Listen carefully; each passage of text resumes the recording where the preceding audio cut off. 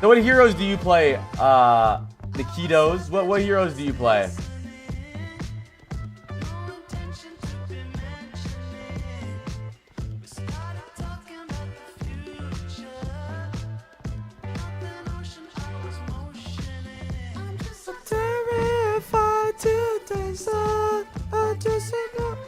Cass, Tangram, Sport, Ana, and Kiriko. So you only play Cass. So first off, let's start expanding our hero pool, because I think Cass is not a great pick on this map in general, because you're just going to get outranged by a lot of characters. Luckily, you're in Cumlo, so they're playing a lot of Cassidy too. Let's look at the comps here, though. What the fuck are these comps? We have Freya, Moira, Mercy, Cass, Rhine. They have Kiri, Freya, Ana, Cass, Orisa. Their comp's a little bit better than us. They have more poke than us. They have better range than us. They have better supports than us. They can nade and we can't Suzu it.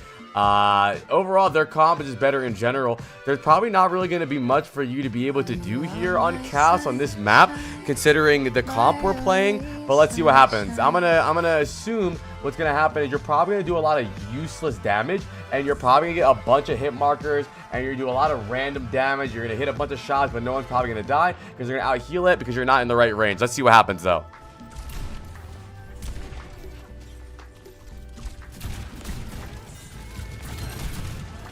What's up, Brian?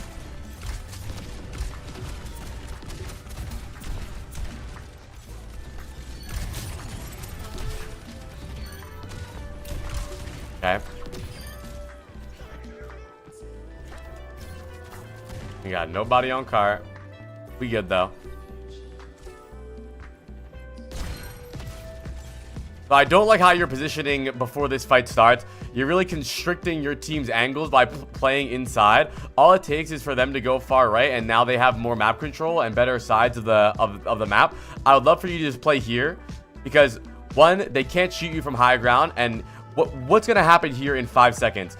They need to touch point no matter what. What's probably going to happen is their Orisa is going to drop, their Ana is going to stay high ground, their Kiri is going to stay high ground, and their Orisa is going to be on point. If you're here, you can get naded, you can get poked out, you can get shot, you can get headshotted. But if you play high ground here, you avoid all of the damage from over here, and you're just free shooting the Orisa. So I think this is a really bad habit that happens to a lot of players, where they're trying to rush to get hit markers, right? Like, oh, where's their team right now? I need to go get hit markers immediately. I'm the hit marker guy. So no matter what's happening, you put yourself in a spot to look for hit markers instead of putting yourself in a spot to have the biggest advantage in the next fight. Your main goal before the next fight, when the last fight ends, your goal is to get into a really good spot for the next fight. If you're playing a character like Widow and maybe Ashe and maybe Freya, you can look for early picks and early poke damage, but Cass doesn't really do that much poke damage. Like, what poke damage are you really going to do here? Useless dog shit. So the idea here is, where can I put myself for the next fight so I can win next fight? Where can I be so that I have a really good spot to do the most damage? What's up, Raquel? What's up, it's yo boy?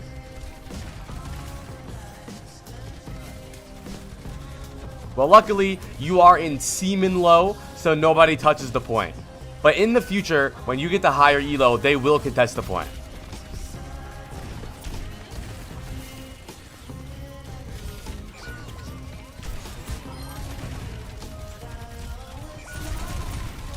So, what's up, Talkie? So something I'm seeing right now is you're kind of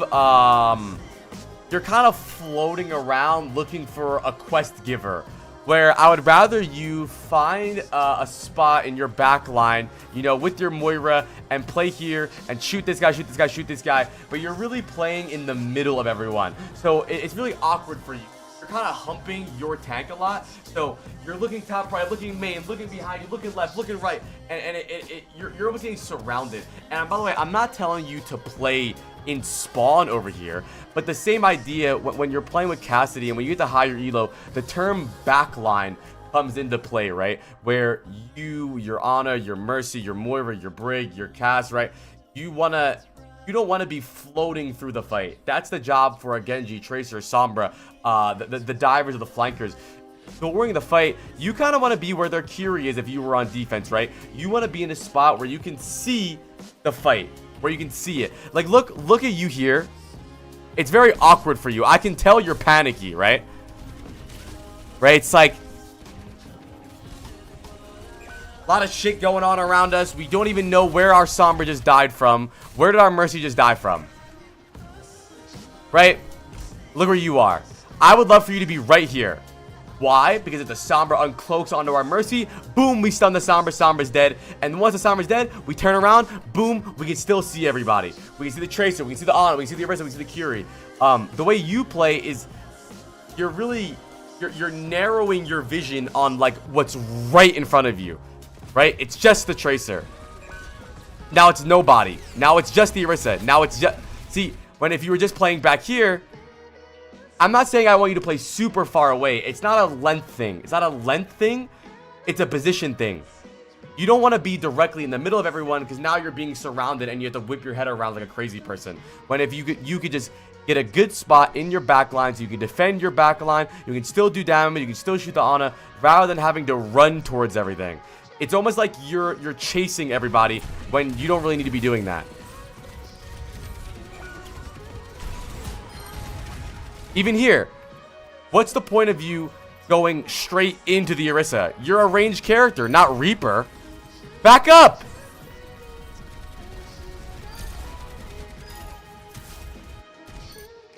Okay, though.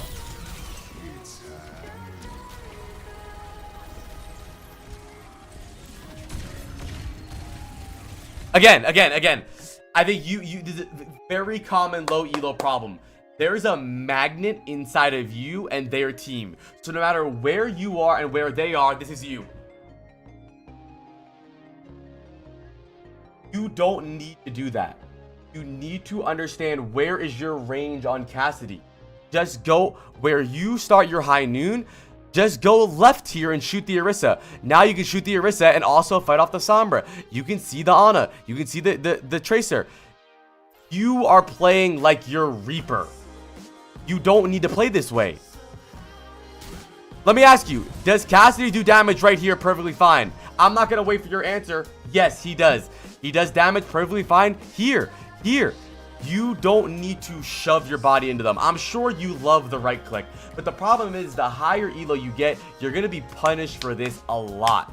You don't need to play like this. And I'm not telling you to play in spawn like a Widow. I'm telling you to play your effective range.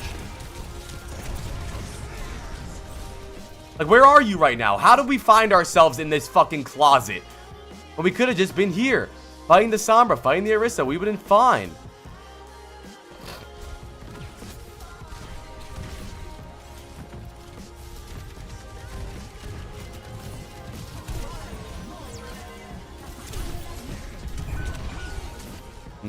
You seem very unconfident in your aim. So I think you need to worry about left clicking more and not right clicking as much. I think you're only right clicking. You don't feel very confident in your left click, so you tend to walk forward and just right click people. But right now you're playing fine. Yeah, Bravix, I read your first message, buddy. Can I be honest? I ignored it because I didn't feel like paying attention to you. And Cassidy is not a troll hero. Cassidy's a very strong hero. He picked a lot into WCS. Not on this map, but relax. Cass is fine. There's nothing to do with Cassidy. Yes, Sojourn would be a better pick here, especially because of the map, but Cass is a good hero. One of the best heroes right now. Especially against Sombra Tracer. Actually, I think it's probably the best hero in this situation. Wasn't he top 2 for loss rate? Yeah, but he's one of the most picked in OWCS. Loss rate has nothing to do with it. Like, so you think that the meta is dictated by the Blizzard draft. So how come Sojourn is being played a lot in OWCS, but she has one of the lowest win rates in Blizzard? Why is that? How come Curie is very low as well, but one of the highest pick rates in OWCS? Why is that? Curie has the lowest win rate. Do you think Curie's bad?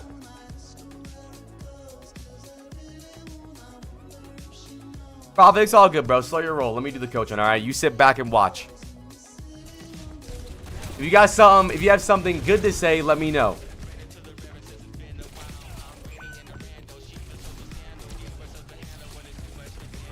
Pros ain't got a clue what they're doing. I agree. I think you're a little lost, Nikitos. Again, I just skipped in. How did we find ourselves? Okay, so right here, we're in a good spot. We can go far right, good angle. Here, good angle. Really good angle here. Let's see where we find ourselves. Where are you going? Okay, so let's pause right here. Ikitos, I want you to completely change your playstyle. You are trash. I just want to put it out. You're terrible. So the way you play the game is you have a magnet attached to you and their team. I want you to focus on angles. Where can I put myself to see their team? You could have just shot the Orisa. You could have just gone left side. You could have stayed right here and done damage. Look where you are. So what, can you explain? Break it down for me. Why are you here? Go ahead.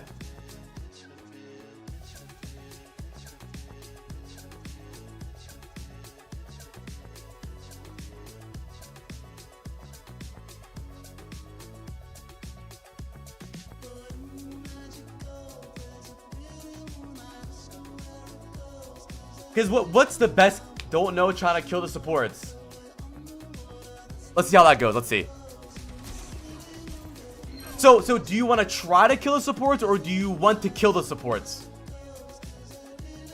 I think that's your problem, is like you are very okay with, well, I'm trying, but why would they let you kill them?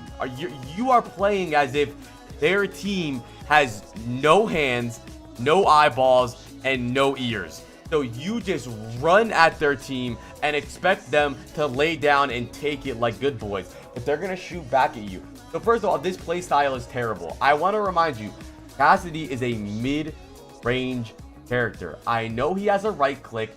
Yay, I'm the right click guy. The right click is for if people dive you and you need to fight them off, or if you can stun and right click somebody. You are supposed to be mid-range. So can I ask you, Nikita, do you think that you could kill the supports from right here? Where I am. Yes. So why did you go over here?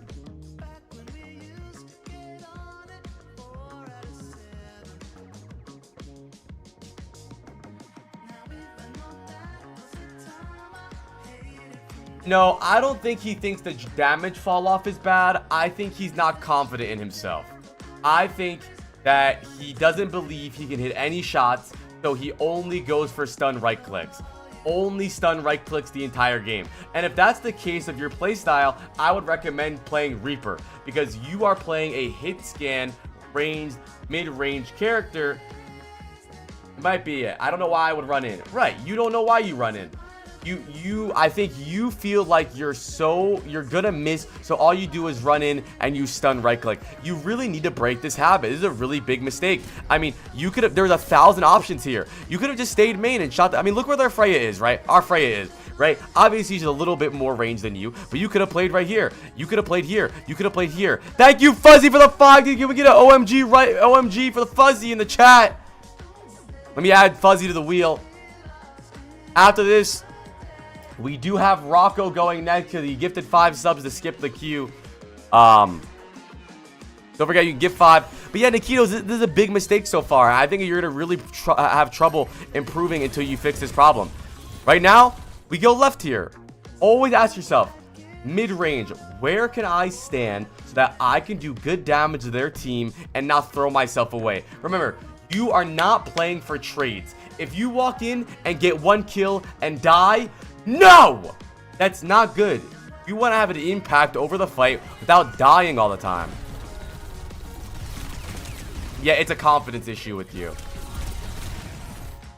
Yeah, you even right-click there. You need to work on your aim in general. You need to get more confident. I think you're never going to get better at aiming until you actually open yourself up and try to aim. I think you're never improving on aiming. Look.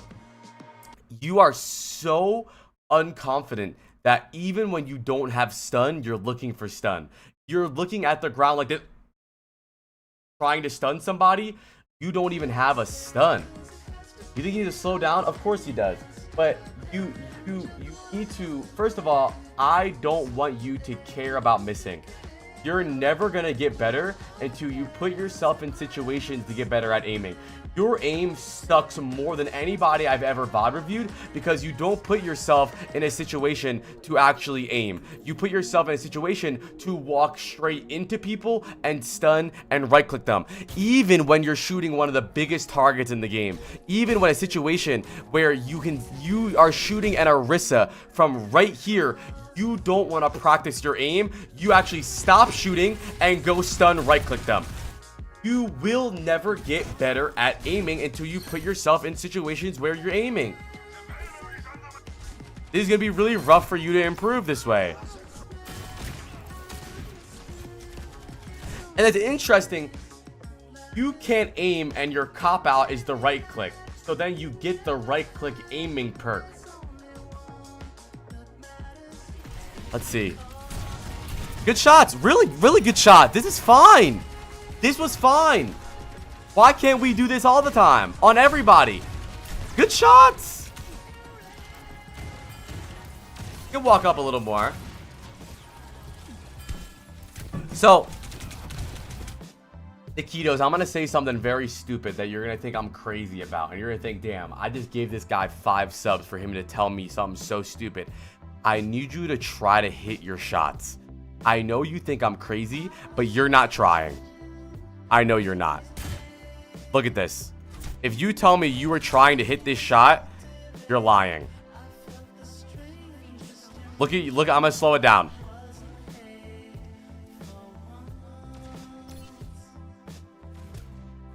Okay, so we aim in, right? Now, I want you to stop flicking.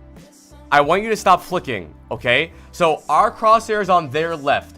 We know they're gonna strafe left. We can just click when they're on our crosshair. Look at what our crosshair does. Where is that at?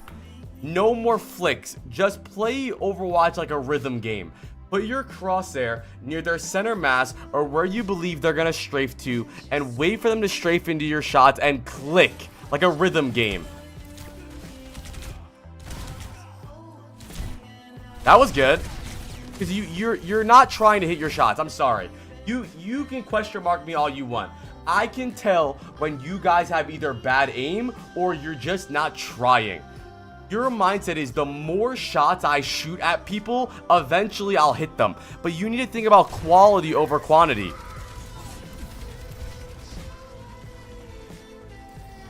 There we go. Oh, okay. Bro, your aim is good. Solid. Solid. Okay, another issue you have. Why are you running at him? Notice the range that you're hitting shots at, Nikitos. Notice the range, right? I really want you to notice the range. Mid-range. Mid-range. Mid-range. And now, when we start panicking, we run at them. Hello, Kiriko? You can stay at a normal range. Why don't you just stay here and shoot him? You're getting lost and you're missing so many shots because you're putting your body straight into them. You're not a close range character.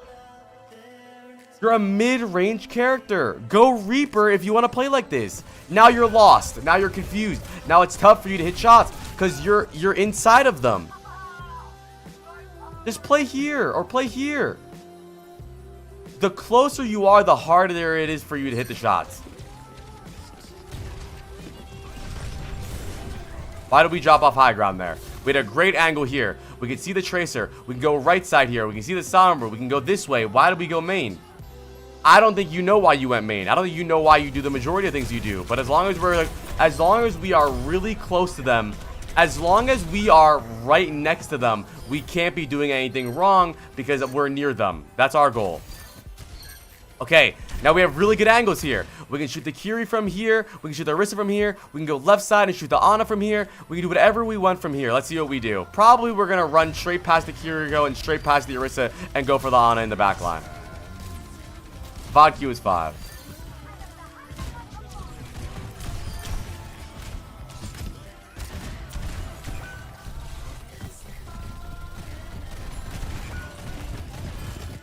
Breathe! Breathe, man, breathe. Why are you moving so much? Okay, okay. I actually want to ask you. I want to ask you this, okay? I want to ask you this. So, why was this position so bad? What was wrong? What's wrong right here? Can I ask you what's wrong about this? What's bad about this?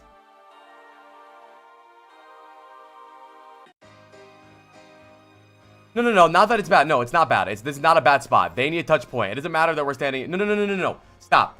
This is a good spot. It's a 5v1, chat. You're overthinking. This is fine. There's nothing bad about this. There's like nothing bad about this. If they try to kill us, they're going to lose. My question is, why do we move from here?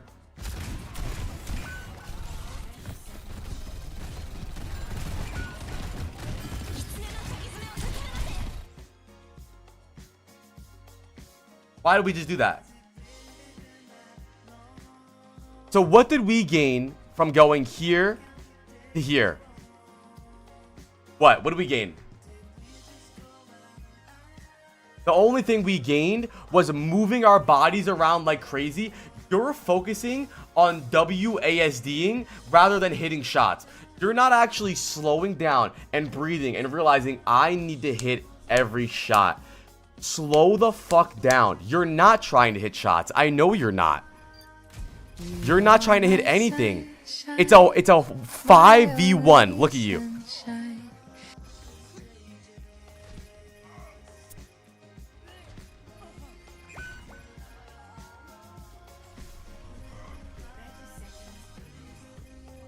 Junkrat 1 HP, shoot the Sombra. Why? Now we... I really... You need to tell me if I'm wrong. I've done many Vod reviews. I think your idea is the more bullets I get out there, the higher percentage one of them's gonna hit. Your idea is that the more bullets that are out there, one of these motherfuckers gotta hit. There's no way I miss all of these. But the funny thing is, you are missing all of them. You need to relax one bullet at a time. Do you hold left click?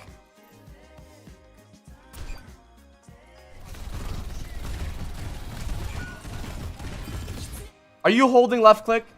Don't lie. Do you hold when you aim? No? Then why don't you relax? Why don't you shoot one shot, adjust your aim, shoot another shot, adjust your aim. Your goal isn't, no one's gonna go, oh shit, Monkey Nikita shot hella bullets at them. No, no one's ever gonna say that. You need to take your time. It's a 5v1.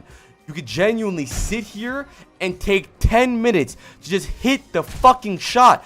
And I don't care what you guys say. You guys say, wow, Apply is really harping on the fact that this guy is just missing shots. But he's not just missing. It's not that he has just bad mechanics. Everybody has bad mechanics. None of you guys are good. The fact of the matter is he's not putting emphasis on actually hitting shots. He's putting emphasis on just moving around.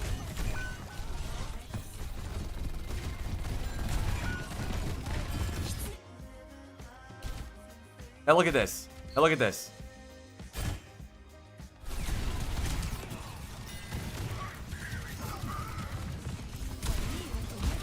Look at our movement here. Look at our movement here.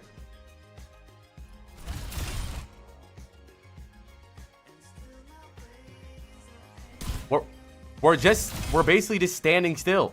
We move to the right a little bit. We calm down. We go 1, 2. 1. No, then 2, and then we start panicking. You need to slow down. One bullet at a time, man.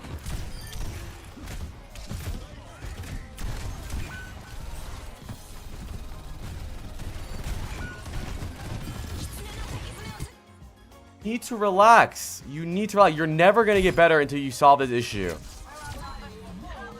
I think a lot of it is mental with you. I think a lot of your issues are really mental. Okay, so here's what I really want you to focus on. I think your idea of aiming is flicking, right? Your idea is I'm going to put my crosshair off of the guy and I'm going to flick directly to him.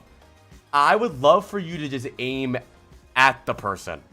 Put your crosshair on the person and click. Look at your aim, right? So what a normal person would do, right, is they would see the Junkrat, they put their crosshair on them and click. You go, boom, boom, boom, boom. I don't know why. Look. Not there. I want you to watch this again. I want you to watch this again. Crosshair on the target. We were on him. I don't know what their sense is.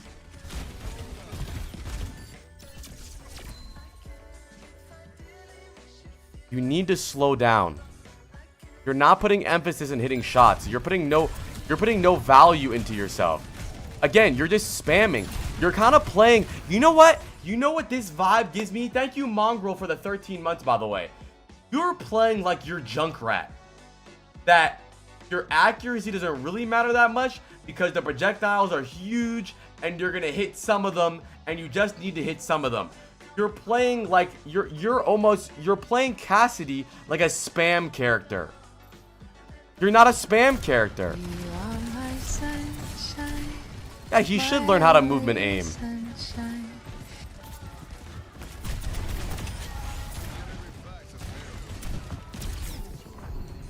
So here's what I think, right? I think you did that and you were like, yeah, boy, I got the Kiriko. But can someone tell me why this is really bad, chat? Can someone tell me why this was really bad? You guys should know. They have closer spawns. Right. They have closer spawns. So their Ana is gonna be back. Their Kiriko is gonna be back immediately. And you're walking back from Uzbekistan. This is really bad. You cannot be proud of one kill. You cannot be proud of just getting a kill in their spawn. They're gonna respawn. Yeah, we guessed the rank. Let's see where you are. So you're right here. Where's their Kiriko? Damn, how's their Kiriko in the fight so fucking fast? Wow.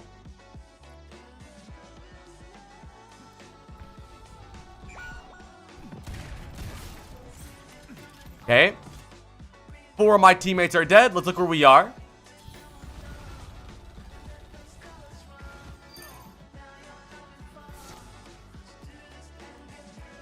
You gotta play the game in front of you, bro. What is going on? You play with no context to your game. You're kind of playing. Are you a Call of Duty player? You give very Call of Duty vibes where you just care about getting a couple kills here and there. Maybe you're trying to force some. Maybe you're trying to get some kill feed. Maybe you're trying to do some damage. But you're playing a hero shooter, right? You're playing a hero shooter. You need to look at what is going on in the game. If I get a kill here betrayed, is that good? No. Good job. Don't jump down. Okay. Why did you drop? Why? You weren't trying to touch the point. If you were going to try to touch the point, you would have touched the point. Why did you drop? Why? If you don't know why you dropped, just say it.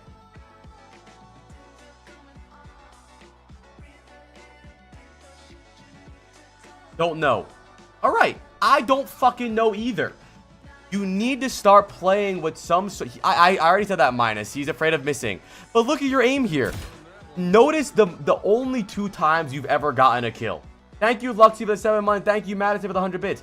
Notice the only 2 kills you've gotten this whole game besides random right clicks, what range you were at. The 2 Ana kills. Boom, boom, dead. Now, you are at the same... You just killed the Ana from the same range the Junkrat and the Kiriko are. So you sit up here and you keep shooting. But... I don't know, you think you're in phase. You jump off and try to 360 YY no scope, and now you're on the ground and you're in a really bad angle, and now it's just really awkward for everybody involved.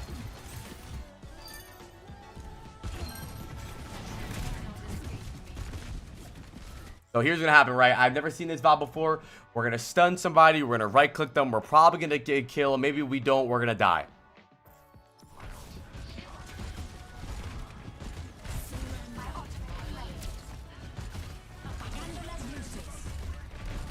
or we're gonna do nothing. That's actually really good. You know, I actually like that plan. Sit in the corner while our team ults and gets EMP, do nothing, and then when our Moira dies, we're gonna come out and fight. You know, I haven't seen this type of style, but it could be good if you're trying to get the bronze 5. You need to relax, man. You're trying to do too much. Ooh, I'ma hide in the corner. They're gonna walk past me. I'ma stun. I'ma right click them. Then I'ma roll. I'ma right click that guy. 2 dead. I'ma roll backwards. I'ma get another stun. I'ma stun. Right click. I'ma high noon. High noon 1. Roll left. Right click. 5 dead. The hoe's gonna love me. Just play main. When your Moira coalescences, you wanted to ult behind them. Ah, yeah, dude. I didn't think about that. Ult behind them. And maybe the Ana misses sleep, the Orisa misses the spear, or the Junkrat doesn't one-shot us, the Curie won't 2-tap us, the Sombra won't EMP us, and the High Noon's gonna get 5. Yo, why did I think about this? It would have been fucking huge.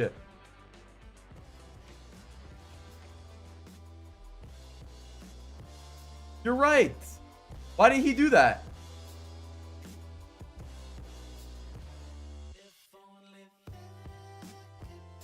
Anyways, when we have a Reinhardt, so if we do want a high noon, when we coalescence, we peek left side and we high noon. Why? Because we see 4 people in the high noon and we can't get slept, we can't get hacked, we can't get headshotted, we can't get mined from the Junkrat. So we just play behind the shield and we high noon 3 of them. If the Sombra EMPs, we're right there to defend our Moira, we kill the Sombra. You need to think about the game. You're not playing Overwatch. I don't know what game you're playing.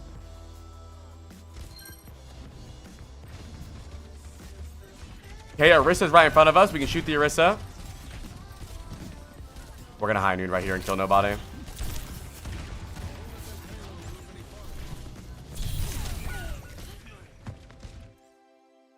So I want you to try to play. I want you to try to think about the way you're playing, right? I want you to think about the way you're playing as if you are something is wrong in your brain.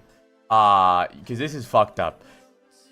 The best case scenario here is that you get maybe 1 kill and then trade, which is not good. I think your idea of a good fight is that you got a couple hit markers, maybe on a limb, and then I died. Shit, I got mine. You could have just stayed main here, backed up, play with your team. Just chill, bro. We're down 1. We can kite and then fight again.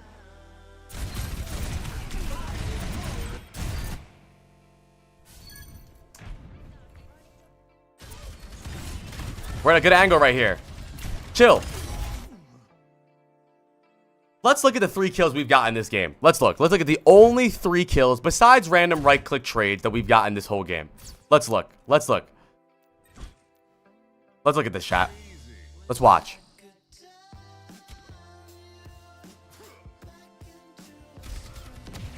Remember the range. 1, 2. It's not on the Ana. It's not about the Ana. It's about the range. He could do this on every character. It's about the range. Right? Remember the 1-2. We just 1-2'd. Right? Now watch. Watch. Look at the range. Look at the range. Look at the range. The range.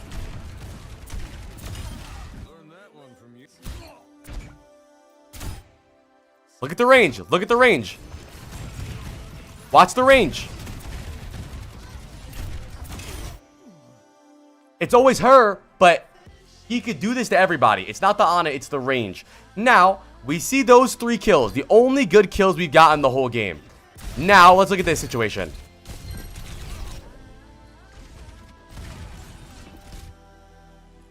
Okay. Look at this range. Let me ask you, is this a similar range that we just got those 3 Ana kills at? Yes or no?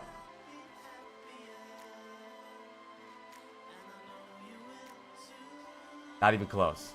This is, but not this. If we just saw, we killed the Ana from here, we killed the Ana from here, and we killed the Ana from here, why do we need to be here? We don't need to. You need to understand your effective range. You're not a bad player. You're just stupid. Again, we just killed the Curie. We just killed the Ana from over here. A great angle, by the way. A great angle. We could shoot the Curie from here. We can shoot the Orisa from here. We can shoot the Junkrat from here. We can shoot everybody from here. But why do we go this close? Why? We don't need to be here. Just so that you can right click. You just want to right click. That's all you want to do. You don't want to hit shots. You don't want to practice your aim. You don't want to practice your left click. You don't want to learn mechanics. You just want to right click. That's all you want to do. Just right click, right click, right click. Round of applause for Nikitos. Round of applause for right click. Right click Nikitos. The main things I really want you to work on, first of all, is I think you need to understand what your goal is on Cassidy. Your goal is to get a really, really good spot, a good angle. I want you to remember the term angle, angle, angle, angle, angle, Kurt Angler. Okay? You are the angler. You're not Reaper. You're the angler. Where can I see their team? Where can I get kills without trading instantly and running into their team? Where? Where? Where? And you did a good job getting the angle right here. Right? This is a good angle. This is a good angle. Right? You had a good angle here. But you decide to go Reaper range. And now you're dead. When you could have just played here. Killed these guys. Going forward, understand your effective range. This is the one thing you're having trouble with. You beeline towards targets. Now, besides playing your effective range, which when you do play your effective range, you're not a bad player. You're hitting decent shots. You're getting good picks, right? Besides playing your effective range, I need you to slow down and genuinely try to hit your shots. I think your idea is the more shots I shoot, there's a good chance that eventually one of these are going to hit. But I really want you to try to hit every single shot. And I know what you're thinking. Well, fuck you, you dumb dickhead. I am trying to hit all my shots. But I promise.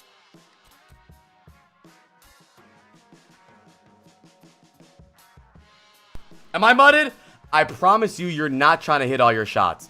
You're just shooting. When you go into your next game with the mindset that I'm genuinely going to slow down and try to, you're not going to hit every shot, but you're going to try to hit every shot, I guarantee you become 30 times better at the game. And I promise you, you will get better. If you sit here and tell me that you genuinely tried your best to slow down and hit every single shot here, then you have Parkinson's.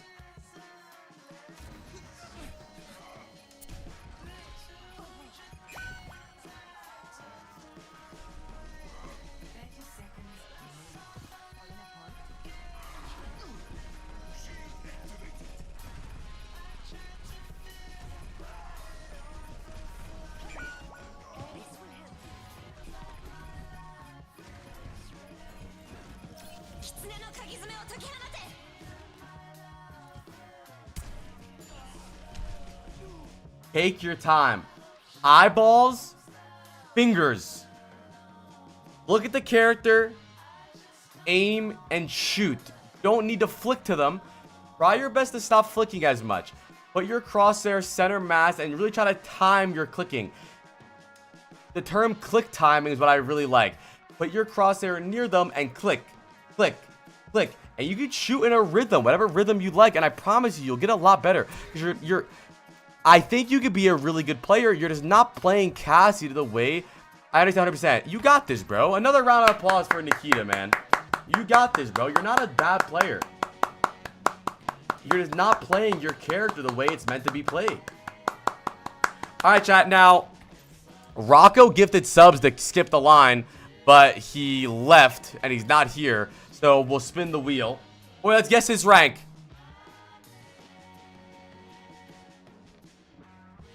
It's me? No.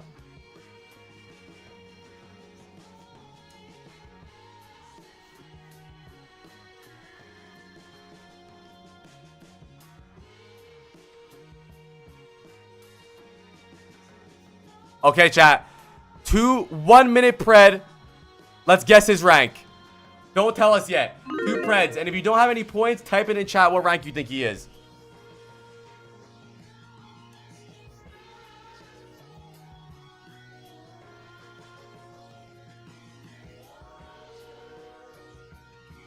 Where is champion? If he's champion, I'll take my dick out on stream.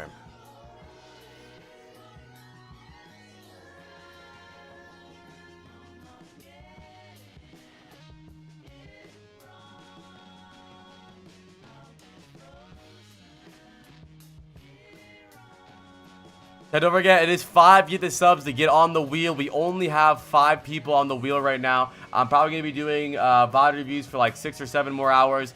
If you don't want to wait for the wheel to pick you, you give 10 and go immediately. Alright, what rank are you, Monkey? What rank? I'm going to say gold 3.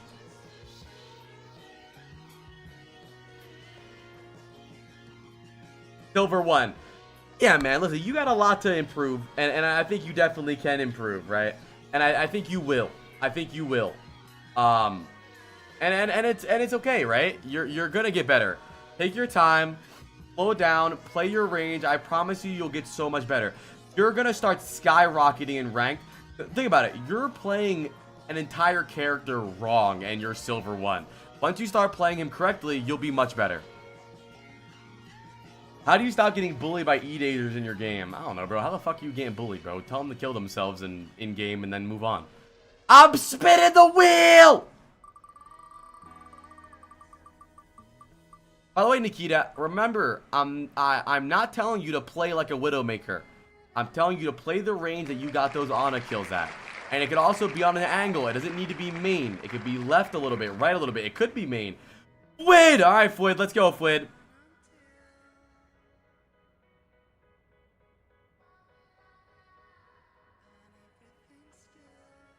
Where's my boy Fwid at? Would you do off angle on DPS when you can? Same map, same duo, but this time I'm locked. Okay, so I remember last time we watched Fwid, in a 20-minute game, he hit 1 sleep and 1 nade. And now we're on 6v6. So 20-minute game, we hit 1 sleep, 2 sleeps in 20 minutes. We told him that he really needs to slow down and try to hit his sleeps and understand when to go for sleeps. So I'm not really gonna look for any new problems, but probably I'm looking for improvements here. He also really didn't do things with a purpose. He would just throw nades and throw sleeps at people that he couldn't really even see. So now I'm really looking that he can actually do things. And I also told him my main issue was I was using cooldown on people not on my screen, right? And also he wasn't really just his eyeballs weren't in the game. There would be a Hanzo that was literally in a grab taking damage, and he would be pocketing a full HP Reinhardt or something. So we're also looking that he's doing the right thing at the right time and has good priority. Okay, that was a good nade. Skin check? I actually really like the skin combo. That's actually kind of dope.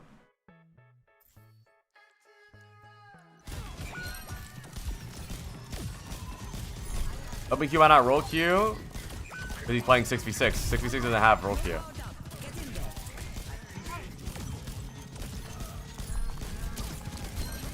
Or does it? I don't know.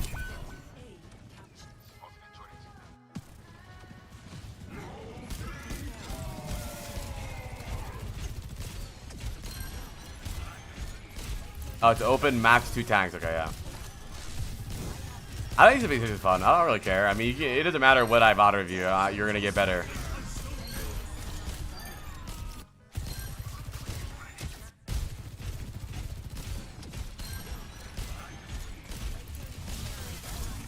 Good nade. That was a good nade. You missed, but it was a good nade, right? I don't care if you missed them. Oh, I do care if you missed them. But the point is the timing of it, right? Your Doomfist was engaging so that you nade the Sojourn. That's context.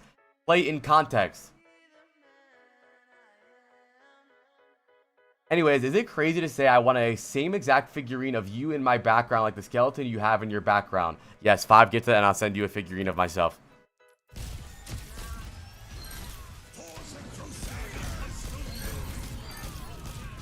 Okay, Now Shu. I don't know why I called you Shu. You're not Shu. When your AC broken, your AC's broken, bro. That fucking sucks. That literally, dude. My AC was broken last year, and it was the most I've never streamed, bro. I didn't go live because my balls was hot all summer. It was so bad. No, I think what he's doing is fine right now. Instead of the weather, are you insane? It was, you guys didn't go live. I literally didn't go live during the summer in Vegas. That's definitely an emergency. Bro, my room would get up to 86. Oh yeah, my room would get up to 86. I would just end stream. I would literally get I would just end stream. Go get a fan liar. You can probably like rent one or something, or just borrow someone's. But now that you're doing a pretty decent job, Fwid, I really want you to start carrying now, right? So let's get some ideas here, right? They have no Kiriko. They can't cleanse our nade. Is there a way that we can position here so that when they walk up, we can go for an easy nade? Where do we think? What can we do?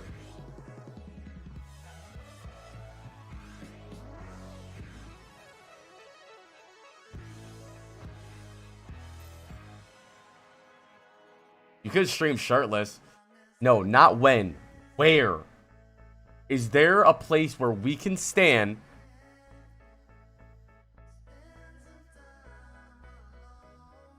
or B, free fight, so not no.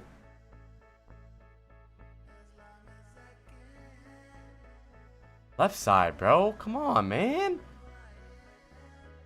They have no diva. Look at the cart. Where's the fight probably going to be? Probably over here. When they walk. And by the way, I don't think playing on cart is bad, right? This is not bad. Playing here is not bad. Playing here is not bad. None of this is bad. But when you get to higher elo, you got to think, how am I going to make a play here? Because listen, no matter what happens, Bruce and below toes aren't going to carry this game. It might be on you. So how can we carry this game? Maybe I hide here. When they walk up and play on the corner, boom, 6-man nade. Boom, fucking 6-man nade. Apply already speeding to the GM plays. Well, I'm trying to make you guys better at the game, not stay in diamond. I'm not VOD reviewing for you guys to stay in diamond. The crosshair command is exclamation mark crosshair, bro.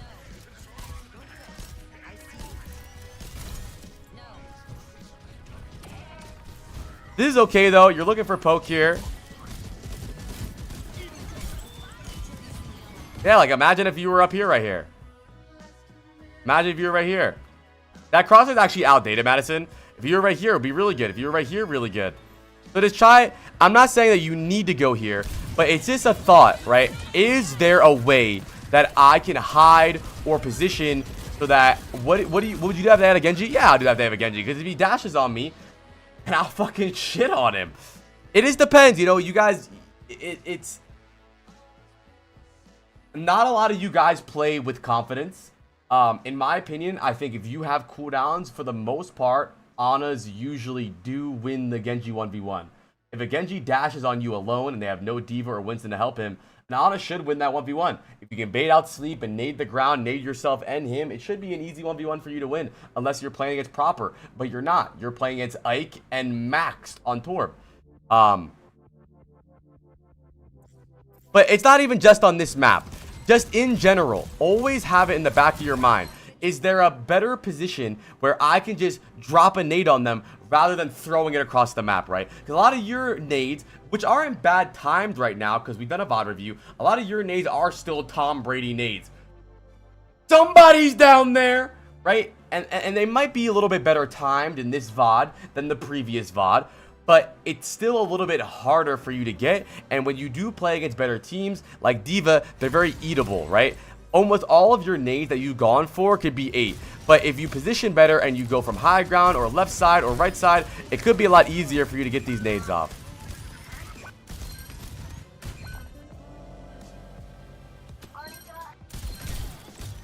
There's not really any place to do that on this point, though. All right, Madison.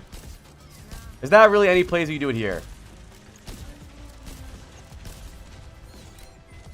Yeah, but you don't need to. Okay, wait. So you guys confuse what I'm saying with playing aggressively. You're still okay. So Scat says, I'm worried that my other support doesn't know how to keep people alive. But if what I was talking about, there's no one shooting anybody. Who needs to be kept alive right now? We just go high ground. There's nothing happening.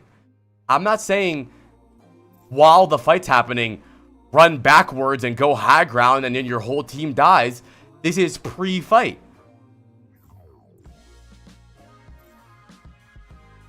It's pre-fight. The downtown, your guys' downtime in fights is pushing cart, but a good player's downtime is setting up for next fight. Yeah, the fight starts, you nade, then you can drop down and pocket your team.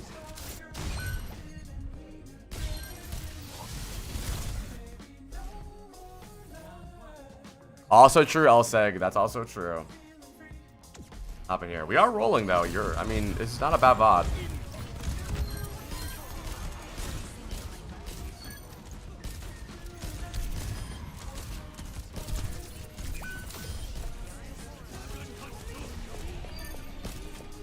I don't know, Willie. Decent round, and I don't think you played bad that round. You guys counted 3 minutes. You didn't die I think you died like 1 time, and obviously that was a good round, right? But I would love to see what happens when you play this way with some sort of adversity, right? And right there, I would love for you to sleep that guy. Yeah, you should probably stop jumping a lot too.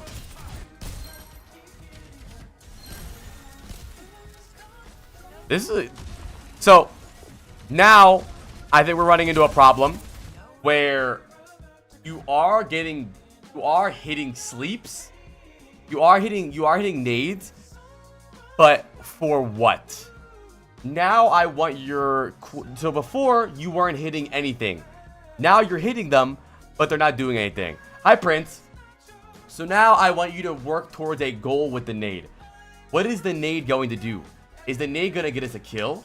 Is the nade going to... Yeah, who... So let me ask you, Wade, what does this nade do? Besides the fact that you hit it, what does it do?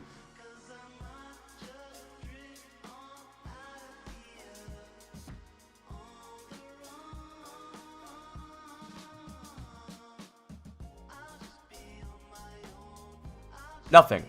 Right. It didn't do anything. Now, in higher elo, let's say they're playing Lucio. They might call on a no nade. Let's speed in. Go, go, go, go, go. No nade, no nade, no nade. We're in. GG. You're dead. You're done. The game's over. You want the nade to be part of the fight. And I think this is good, right? I'm glad that you're improving. You're hitting the nade now. Before, we used to not hit anything. We would have naded the wall. So I'm glad that we've improved, but now I want these to get value. Is this nade gonna get us a kill? Is this nade gonna force cooldowns? Are we in the fight right now where the nade can be followed up on? Is someone diving this nade? Is this guy already so far extended that if I nade him, he can't back out, right? Let's see what the nade does. Let's see what he does with this anti-heal on him. Yeah, dick and balls. Now, when the fight starts, we just punch this guy. Maybe we go right side here. That would be a good nade. Why? Because he's 1 HP. Then our Doom can keep going in. Our Doom is slept. The nade would put pressure off our Doom. While the fight's happening, I agree. I'm inspirational. I'm handsome. I'm dominant. I'm awesome. I paid all these guys $5. By the way, $5 per nice comment about apply in chat.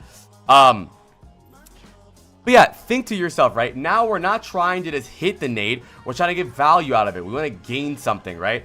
Is this nade going to keep our team alive? Is this nade gonna keep me alive? Is this nade gonna protect somebody? Is this nade gonna kill somebody? Is this sleep gonna protect somebody? Is this sleep gonna get somebody killed? We don't just want to hit them. We want to gain something. We could have naded our Doom there. Take your time.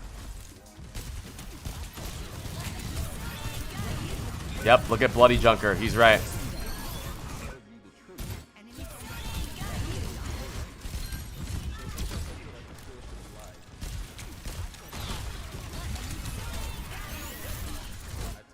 Take your time. Take your time again. Slow down. You just threw the nade. You could have just walked up. You could have walked up a tiny bit, threw the nade on the Orisa. Right? Through the ram. Threw it on the ram. You're good, bro. You're not going to die instantly. You don't need to throw it from so far away. You can walk up and do it. Good nano, too. Really good nano.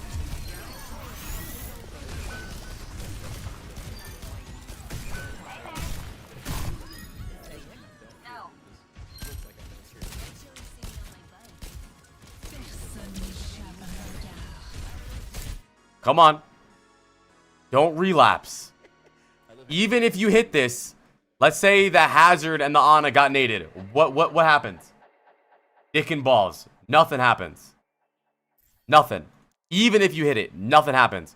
When you know they're going to engage, they're going to go left side, they're probably going to walk in. And then when our Sigma and Doom is engaged on them, boom, the nade hits, it's over.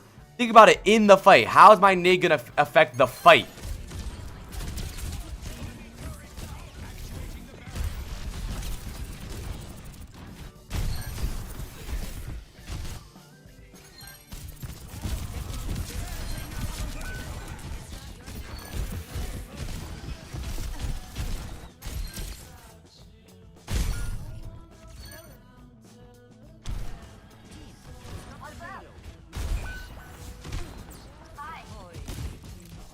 I think you have got a lot better.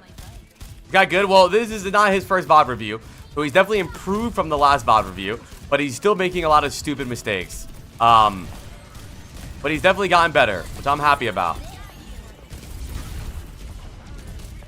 What's up, Bell Pepper? Sleep that guy. Come on. I want you to be able to do everything. I want you to send a heal at your Sigma, send a heal at your Cure, go sleep the Hazard, then heal again. You're very slow. Like it's almost like you can only, you're one track minded. Now you're in heal mode, then you're in nade mode, then you're in heal mode, then you're in nade mode. But you have to be heal, sleep, nade, heal, heal, sleep, right? It can be everything at once. Easily sleep there on the Hazard. I have no clue what that is, Willie.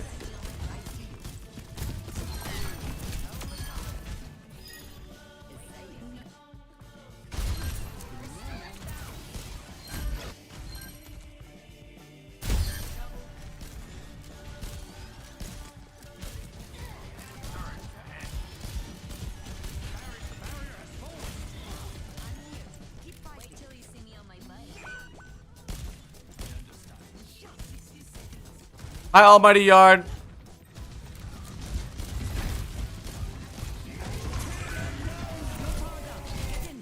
Yeah, you have no carry potential in this game. If anybody, what's up, pedophile, estrogen infused puppy girl? If your team wasn't better than their team, you would lose this game. 100%. You would. No doubt about it.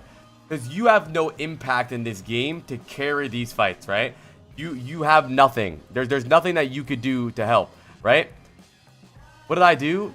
Do you want me to pull the message up? If they walk around the corner, you back up. You're never the lead. You're never the reason we engage. But so let's look at this, right? Look where the cart is. Is there anywhere we can go so that we can just pop out a nade when they're on cart?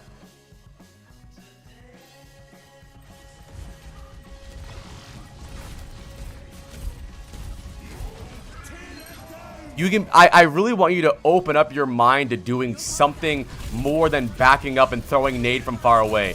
You can play left side if you want, but right now, a lot of your. And I'm not saying that you should only do this.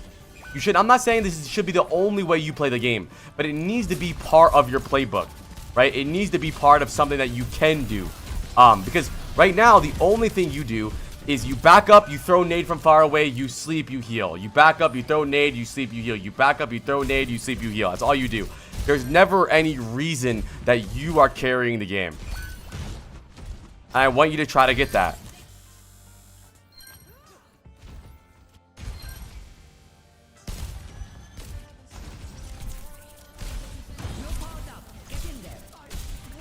Disciple. What's up, zombie girl? Round of applause for Fwid, man. Round of applause.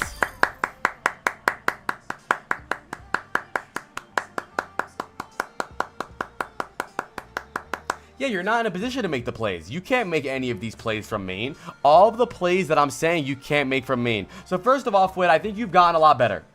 I think you hit a lot more cooldowns than you did previously. You're holding them for a little bit longer, so you're getting more value out of them. But now you need to really work on your timing of them. You're hitting a lot of useless nades, right? Like, woohoo, I got a hit marker, yeah! But it doesn't matter because no one can follow up on it. On a nade that can't be on a nade that can't be followed up on is a useless on a nade. If a tree falls down in a forest and no one is there, does it make noise?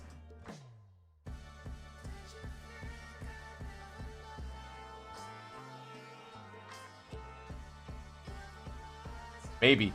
I don't really know. But the point is if you hit a nade that no one follows up on or no one is even near, then we can't do anything about it. So I really want you to think, what is my nade gonna do? Am I just gonna hit it? Yeah, alright, well, fuck, I hit the nade, but nothing happened. Am I gonna hit a nade and it's gonna fuck up their whole fight and they're not gonna be able to kite because my team's gonna push them? Are they too far in? Is the nade gonna save my teammate? Is the nade gonna fuck up their dive? Is the nade gonna get followed up on? Are they around the corner already? So if I nade, they can't back up. These are things you need to think about, right? And now, besides the fact that you want your nades to get value, I really want you to think about how you can start fight with nade and where you don't need to play in this spot the entire game, right? This is a perfect example right here where you guys are pushing cart, right? Luckily, they don't touch cart, but when you win this next fight right here, I want you to think to yourself, is there a way I can carry this next fight, right? Where can I be to carry the next fight? Oh, I'm gonna play high ground, right? So when they touch the cart, immediately I have a really good angle to go for a huge backline nade, and then I can drop and play main with my team. Or I can stay high ground and play main with my, heal my team from here. Is there a way that I can look for a nade besides just throwing it from the 10-yard line, Hail Mary, down the fucking field, right? Is there another way I can just drop the nade on their fucking forehead? And look for this, right? It doesn't need to be every fight, but is there a way that I can have an impact in this fight? Look at this right here.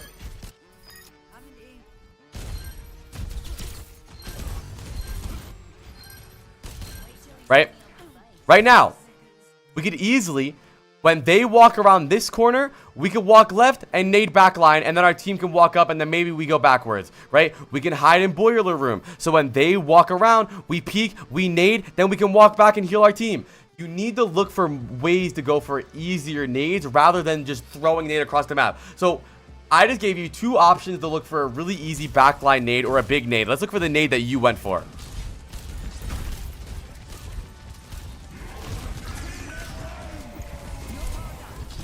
Again, random ass nade from all the way over here. You can't really see anybody. They engage first. We got a really good angle here, a really good angle here. And you can say, well, why? What if somebody tries to kill him? Okay, then stop playing Overwatch. Everybody's trying to kill you, bro. You gotta do something. Without risk, there's no reward. There's nothing you can do in Overwatch without any type of risk. Every DPS has to go through this problem. And you could just say supports aren't meant to do that. That's fine. You'll probably stay in low masters the rest of your life. But Fwid, I am proud of you for improving a bit. I think you are hitting cooldowns now, but now I want you to go towards the next step and make sure your cooldowns are getting value. You can't just be proud of yourself for hitting a cooldown. You need to be proud of yourself for the cooldown winning you the fight. Is this sleep gonna get a kill that'll win us the fight? Boom. Is this exactly, Copper? Is this nade gonna get us a kill that's gonna win us the fight? Boom. Is this nade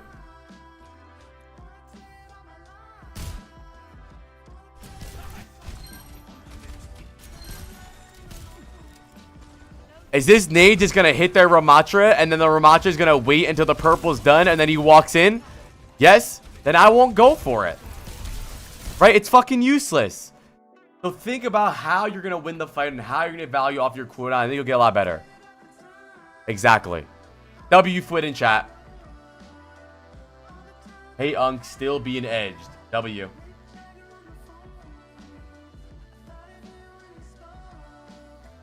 Alright, chat. We're spinning the wheel. Once again, it's 5 get the subs to get on the wheel or 10 get the subs to immediately skip the wheel. We have Volpraxis, Eggnog, DT, and Fuzzy. Let's give Volpraxis a little bit better odds because they've been waiting for a long time. I'll give them 50% odds. Let's spin the wheel. Here we go. Yeah, for the most part, Willie, yeah.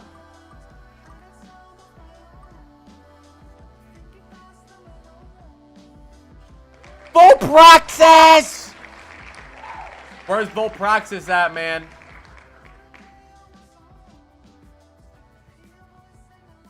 Then Eggnog will have better odds.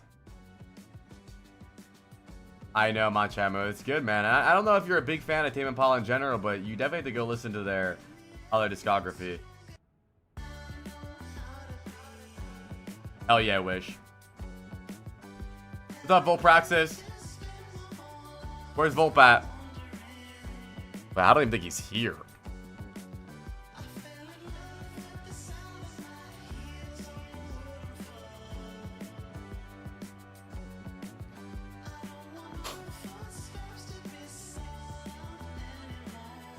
Okay, I'll spin the wheel for now. That's his problem. I gave him better odds just to win, and now he's not getting better odds the rest of the day. Spinning the wheel.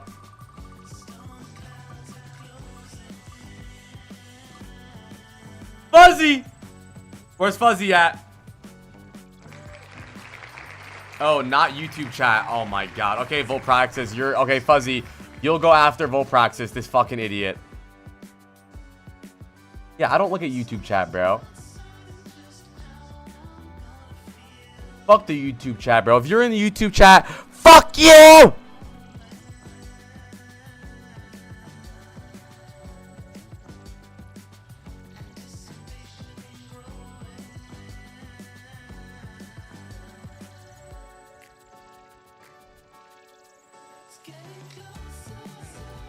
Okay, Volpraxis TTV on Mei.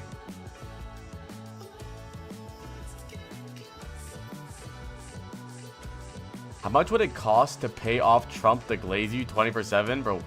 What a weird fucking question, bro. Like, who? Like, I like. Never mind, bro. I'm doing a okay, let's hear this. Let's hear this.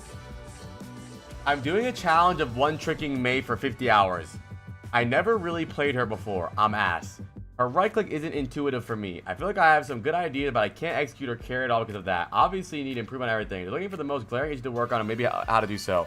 Well, your right click is definitely your strongest part of your kit. So I'll definitely try to practice the right click more. Your right click's really not that hard. It's just the delay that's hard. So just practice the delay and understanding when your bullets are going to come out. And just really play like a projectile character because it is a projectile character. And bro, Mei could low-key just be played. Where are you going? So I want your mindset on Mei to be is that you are a piece of shit. I want you to think that you are a disruptor. That's your role, a disruptor. I want you to look for walls that make it really hard for their team to back up. I want you to look for walls that split them. Like right here, immediately, I can already tell that you're playing Mei like Cassidy. When right here, the moment you walk around this corner, it should pretty much be a wall play. You wall the ram this way, you wall like this, the ram can't walk backwards. Sure, the Bastion can shoot the wall, but now the Bastion's shooting the wall and not your team. So already I can tell you're not a ability-oriented Mei. That was fucking trash. I can already tell you're gonna need to focus on abilities. I'm sure that you're focused already because you mentioned your right click is your problem, but I doubt your right click is gonna be the issue because right here, if you just wall this way, take your time with the wall instead of wall. So what does this wall do? Oh, the guy right here can't see anything. Drats! You want to wall to stop him. Just wall like this. Now he's stuck. Now your Juno, your Moira, and you are beaming him in the ass. It'll be much better.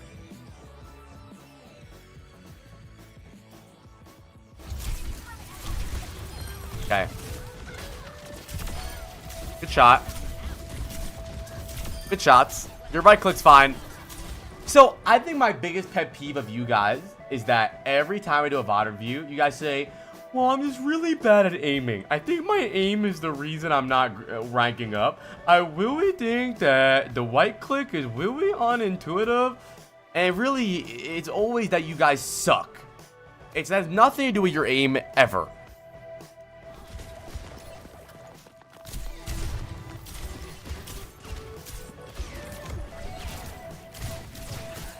Maybe your right click does suck.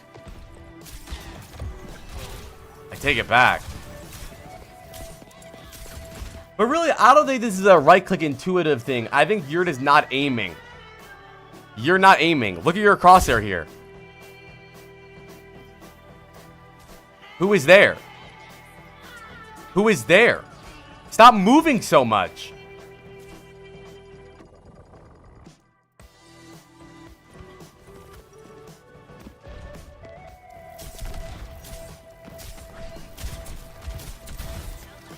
Okay, what does that wall do?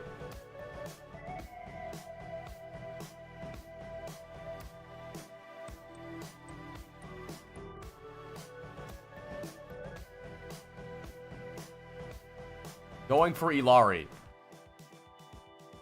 But why wouldn't you wall the Illari? Like this, or like this? How does this wall contribute to the Illari kill?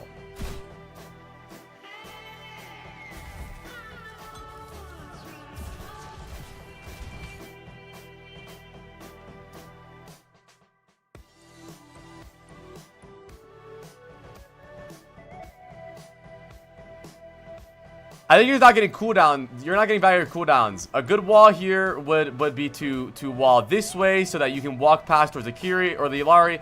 Wall the Illari so she can't kite.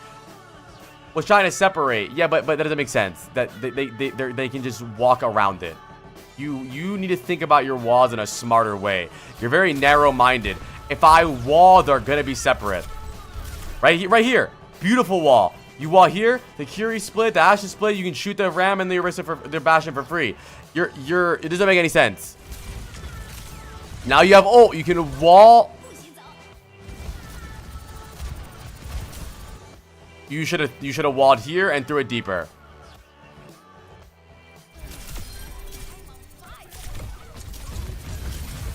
Good wall.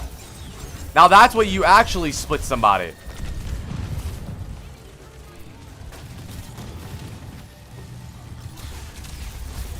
No. You can back up a little bit. Back up. Mid-range. You can also wall yourself up high ground if you want and play over here. When you don't have your ice block, you probably shouldn't be in between melee range with their Ramatra. What do we think? Thoughts?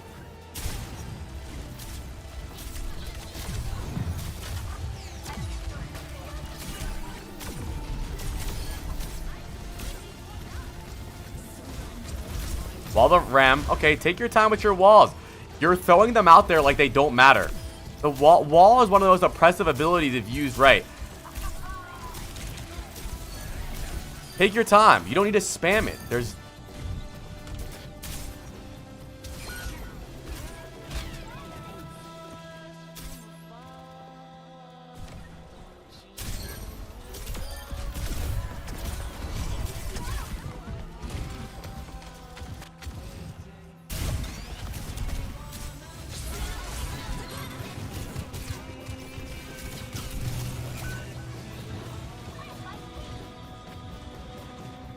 Okay, I like this. Now wall. Well, I guess your team's not pushing, but it's okay.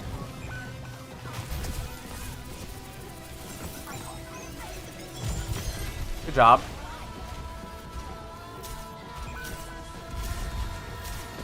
Try to shoot where they're going.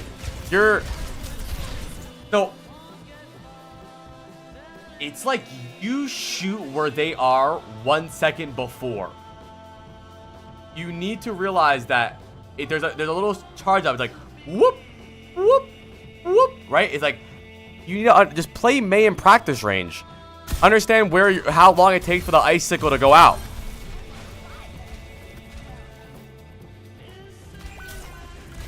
You shoot where they were literally 1 second before.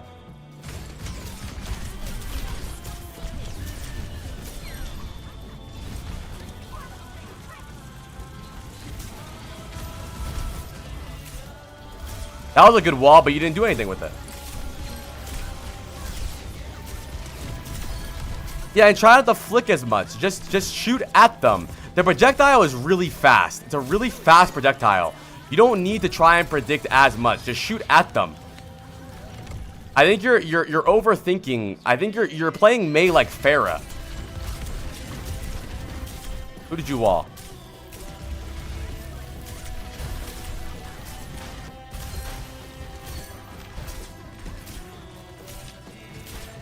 You're also AD spamming so much, so you're fighting yourself. There's no one looking at you. There's literally no one looking at you in the game, and you're just free shooting, and you're doing this. But there's no one shooting you. You need to calm your movement down. Whenever no one's shooting you, you don't need to stand still, but relax a little bit. Your hell yeah, Malicious. Let's fucking go, man. Your movement is fucking your own aim up a lot. You need to AD spam when you're being focused, when you're being shot at, when someone's focusing you. Dude, you are literally 1 second behind everybody when you shoot them. Well, I actually want you to look at your aim here.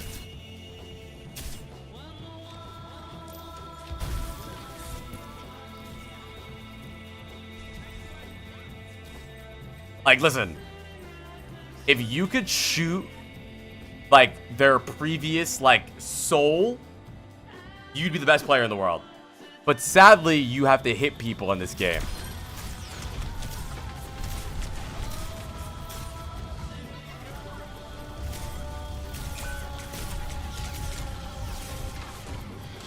You just have to remember, yeah, like Hawkeye ult. You just have to remember that there's a charge up when it comes to, now that was a terrible wall. So I really want you to try to focus on understanding that if you wall them and they could just do this, it's not a good wall. If they can just, you don't want to, like it's not gonna be like, he's not gonna be like, damn, I'm walled, he got me. Now I gotta wait. Fuck. What do I do? Oh, bro, he's gonna fucking move, you dumb dickhead. They have a Rhine. You can just drop main. Look for the wall on the Rhine or something. New aim tactics.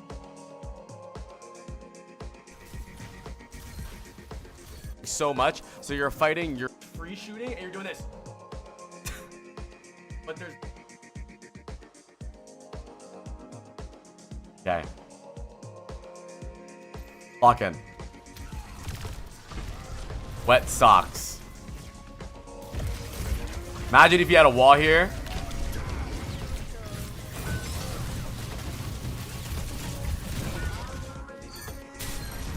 I think in general, I really want you to try. That was a decent wall. It could have been a little bit better. But in general, I really want you to try to be ability focused more. More about your wall, more about your ice block. How are you going to use your ice block? Are you going to play aggressive so that they focus you and then you're going to use your ice block? Are you going to force cooldowns and ice block?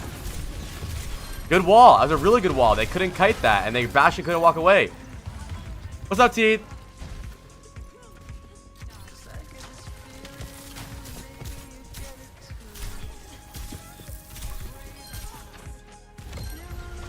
How are we going to use our ult here? Should we throw it deep, though? The Rhine just pinned. We can wall the Rhine. We're not going to wall the Rhine. Maybe we'll ult and then we'll wall. Maybe we go hot. No wall. So we'll wall and then we'll Mei ult. We're not going to Mei ult. We're going to wait till we have no cooldowns and then we're going to Mei ult so that we die during our Mei ult. Surprised you didn't die there.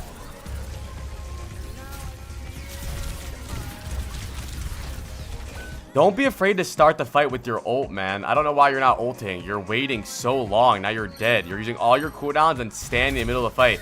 You need to also tempo shift when you don't have cooldowns. Your ice block and your wall allow you to play more aggressively when you have them. But when you don't have these cooldowns, chill. Back the fuck up. And then when you have them again, you can tempo shift again.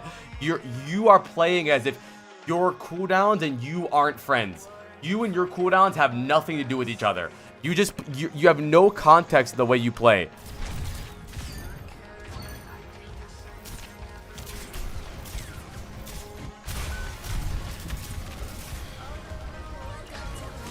Wall that Rhine. Oh, you have no wall. I always vote ban Somber in competitive. Nice, dude. That's what's up. Okay, so we have no ice block, we have no wall, and we walk forward. Why is that? Break that down for me. What was the thought process there? That they weren't going to shoot you? They have guns. They have guns. You just cycle your cooldowns.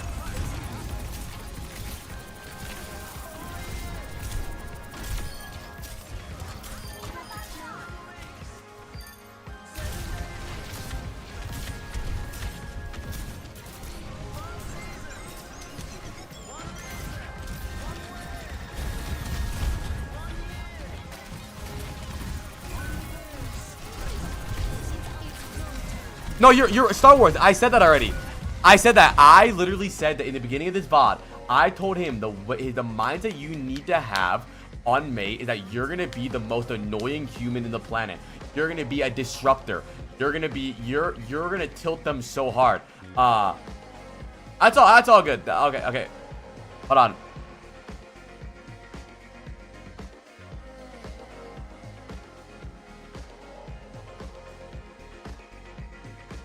All good, Rocco. The way I want you to play, literally Edmund, the way I want you to play is like you are there to be very annoying. I want you to be a roadblock in their gameplay. I want them to be like, bro, can you guys break the fucking Mei Wall? Hello?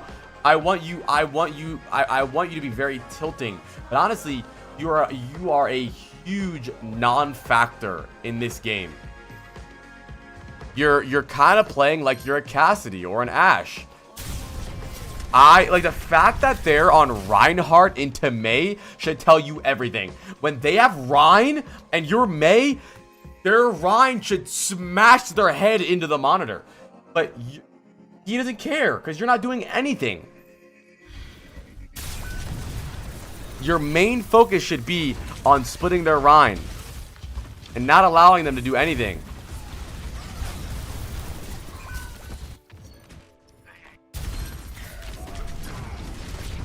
And also, it's not just splitting their Rein, it's making sure that your team can also follow up on the Rein. Now you wall before the fight, so now you have no wall in the fight, so now we're Cassidy again. And they just C9. I don't know, Freed. I think it just depends. I think the freeze perk is still pretty good in low elo.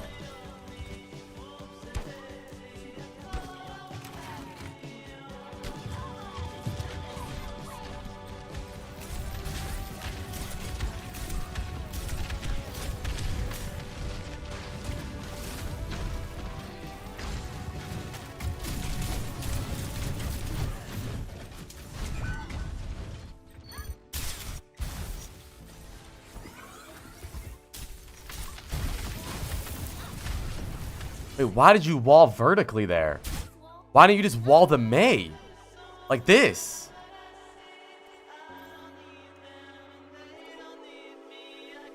Yeah, you're basically a worse Cass. I think you'll get a lot better at Volt practices. I think for you, I don't think you're bad at fighting or you're stupid. I think you're just playing her wrong. I think with a new, I think the mindset problem. I think with a new mindset, you're going to be so much better. So I really want you to go into your next games, and I want you to think about you being a disruptor, you being annoying, you not allowing their tank to push up, you splitting their supports, you making it very frustrating for their team. And I think you'll get a lot better. Let's do a round of applause for Volt practice, man. I don't think you're a bad player. I want you to really go into the game and think about how annoying you can be. I think you're pretty bad at right clicking. I think you need to just practice and work on it. I think a lot of times you're rushing and you're shooting before them. You have to shoot ahead of them or where they're walking, or if you're close enough, you can walk on them. But I want you to be annoying. Remember, I want you to be an ability first. I am making a demon. I want you to be an ability first character. This character is annoying, but people called Mei a demon. But you're not playing the demon playstyle. You're playing the tickler. Can you spin wheel for next VOD? What do you mean? I have been spinning the wheel. The last two VODs have been the wheel.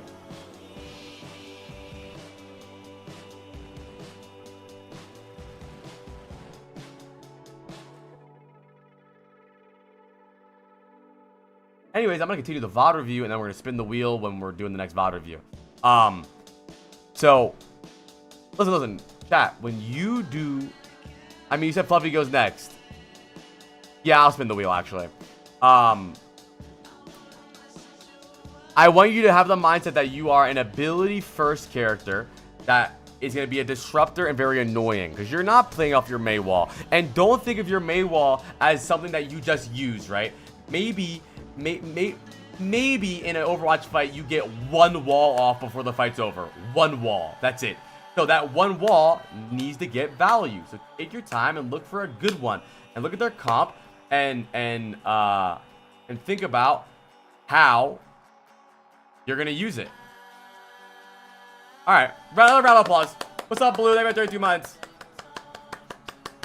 You are my sunshine. Yeah, I'll spin the wheel. Fuck Fuzzy. Sunshine.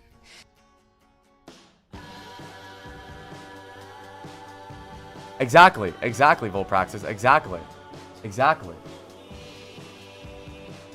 I want you to tilt them. There should be no excuse. What is collagen? I know it. I've heard of it, but I don't know. I want you to think about them being annoying. Chat, Preds are up for the rank. I want you to think about how you can be a very frustrating player to play against. There should never be a Rhine in your game. And if they are playing Rhine, they should never be getting healed because you're walls.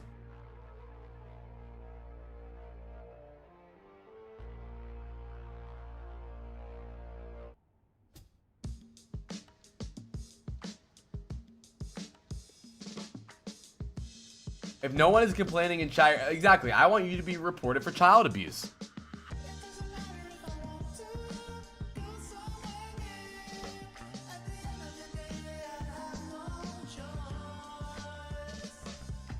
Collagen. You can just take supplements.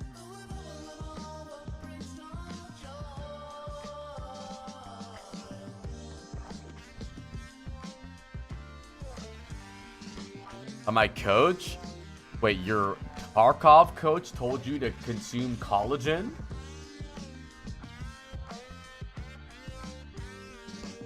It is not, Fox. What rank are you? What rank are you?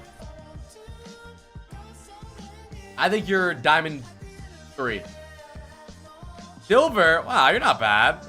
If you start using your wall, you'd get a lot better.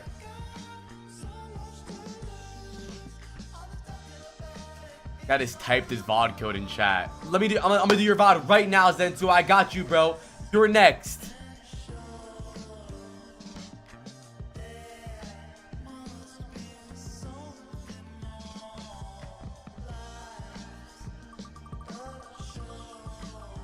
Fuzzy's not going next, by the way. I take it back. Eggnog!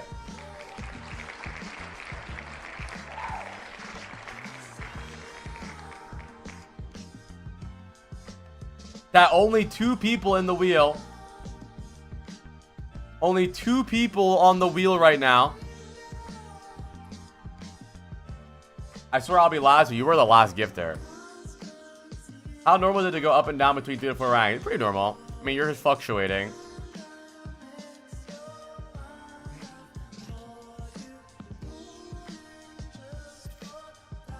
Alright, Eggnog on Ashe on King's Row. Look at these comps. We have Ashe, Widow, Wuyong, Sigma, and Ana. They have Bap, Lucio, Genji, Widow, Ball. So, a little weird comp to play into. I think Cass would be a good swap here if you wanted to swap, but you don't need to. We're going to need to save Coach Gun for their Genji Ball dive. We need to be careful getting outranged by the Widow and getting shit on by the Widow. But we should be pretty good, honestly. Their comp is a little weird, so we should be okay.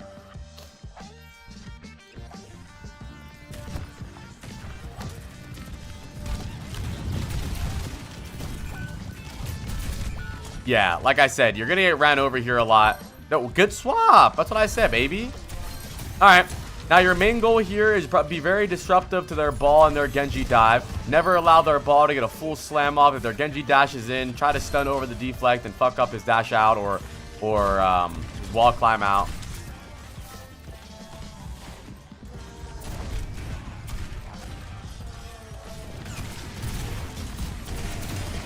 Nice. Good job. Does knowing what comps work against what come from experience? Yeah. And just thinking. Like, think about the game. With this ugly ass fucking emote. Now Uwu Ivy's using it.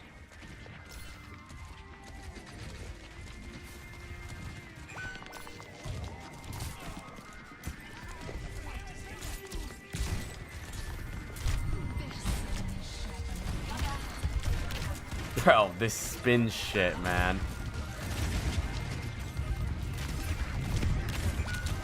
We have some emote slop. So I think right now, right, look at their comp. Who are you really going to kill in main? It seems to me like you're setting up to play through main, right? You're like, oh, I'm going to wait till they come through main. I'm going to look for a stun. I'm going to look for a right click. I'm going to get a kill on main here. But really, I think you should position a little bit further back, because what's really going to get done here? Nothing. No one's going to walk through main. What I would really love for you to do is never allow their ball to set up, right? Their ball actually gets a really good engage off, which should never be the case.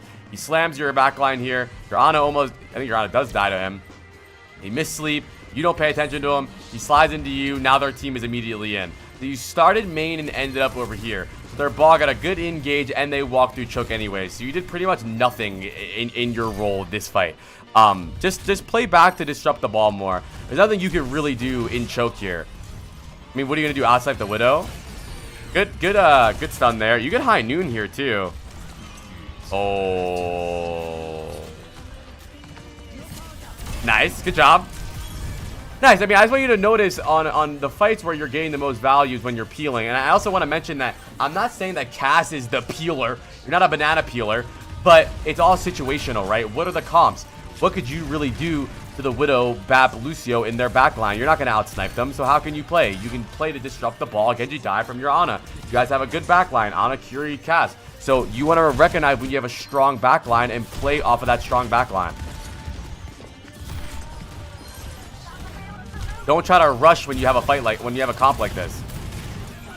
I think you started that fight off really weird because you started off on the top left and took a weird fight, but it's okay.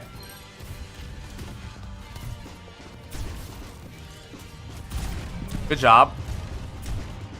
I don't like the right perk. By the way, I just noticed you tried to right click him there and you had the perk so you couldn't. So just don't get the perk.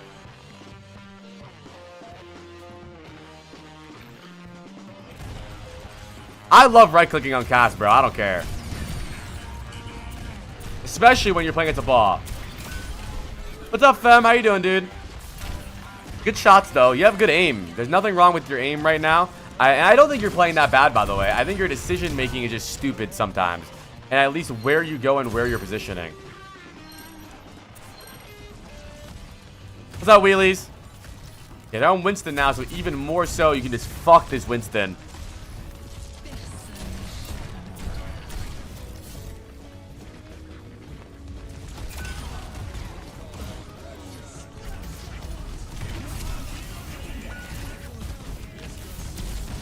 Just wasted our whole nano twiddling our dick around with our gun. I think you have right click right here. Chills. Vod Q is only 2 people in queue after this.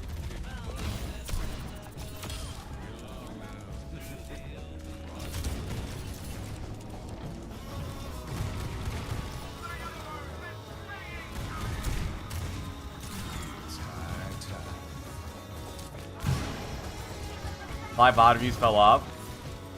Not really, we're doing them really fast today. How'd they fall off? We've done like 5 Vod Reviews already today. I will, Eggnog. I'm waiting for a good example, don't worry. I don't think you're playing that bad right now.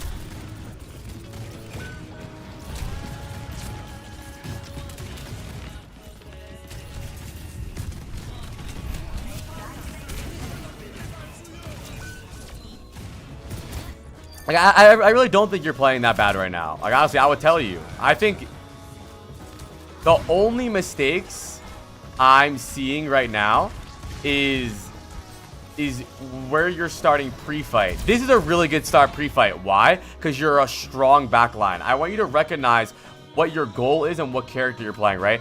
You have your Cass Ana, so you guys should play together. You're a strong backline. The Reaper tried to TP on your Ana, but he can't because you're right there, right? But on second fight, all the fights you lost is when you positioned poorly, right? Your Ana was playing here, your Lucio was playing here. They're trying to disrupt the ball, die, but you're playing here.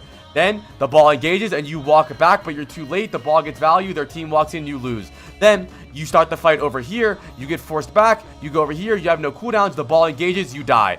All of the fights that you've lost are where you started the fight poorly. And I'm not telling you to position very passively all the time, but it's in the context of the game. What is our comp good at doing, right? We have Cass, Ana, Kiri, Sigma, right? So we're strong core. We don't really need to be frontlining, right? It's not like our team, let's say you're playing Tracer, let's say we're playing Tracer, Winston, Kiri, Lucio, Cass, and we're on Cass, right? So we know our Tracer, Winston, our Kiri, Lucio are going to walk forward. So we can position more aggressively so we can walk up when they go in, right? But right now, we're kind of bunkering.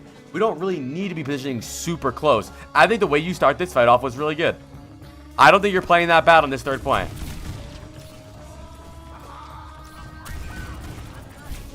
I really want to party, but I'm lonely. I've never had the urge to party. Maybe I'm just a loser.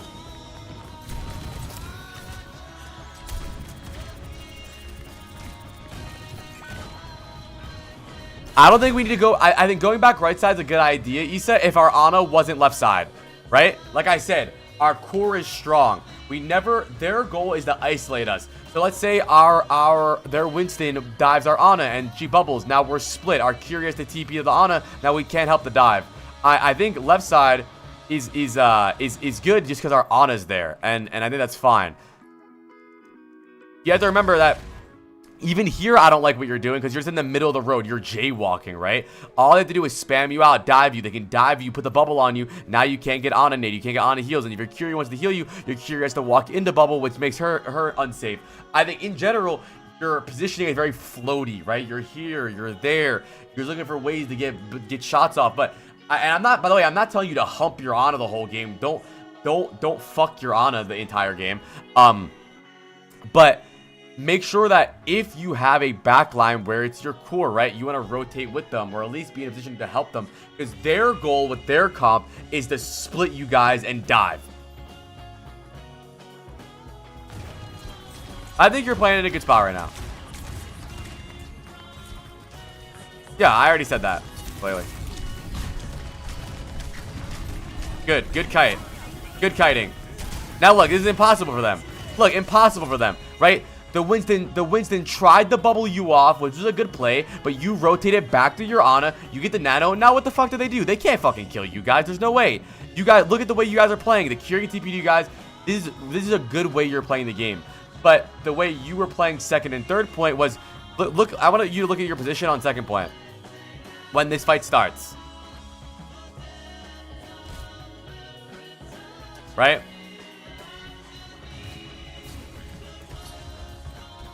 You get forced back, which is not bad, right? But now you have no cooldowns. How do you guys even lose this?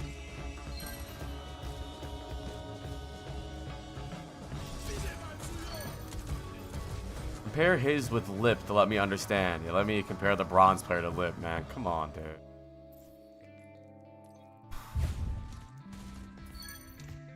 I don't even know how you lost this, to be honest. I think you guys just rotated slowly. But honestly, you didn't really play this that bad.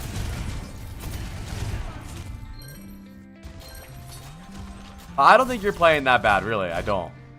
I think on third point, you played very good. Let's see what happens. Let's look. I have no clue, Willie, but not a lot. Liv doesn't need a sponsor.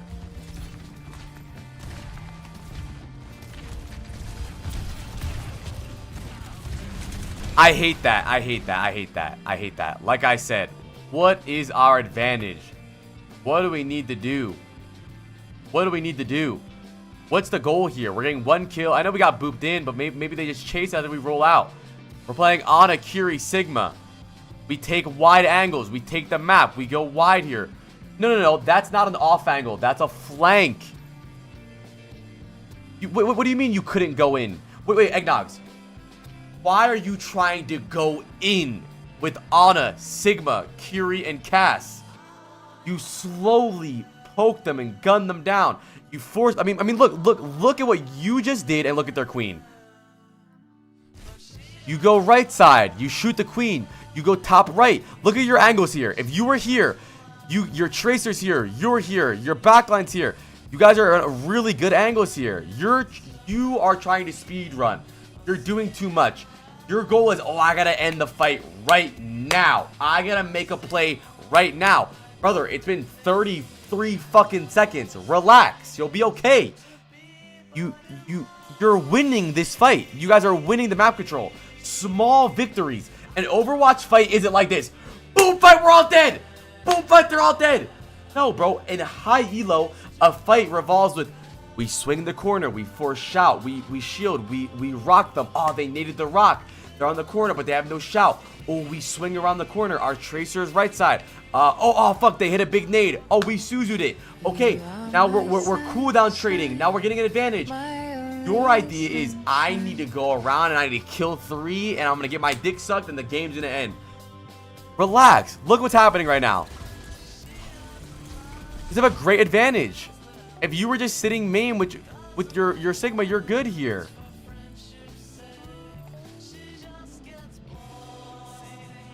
There's different ideas, Eggnog. Okay, let's say so Bap, Cass, Genji, Lucio are pushing you off high ground. They are 4v1ing you on the high ground. Now what's your team doing?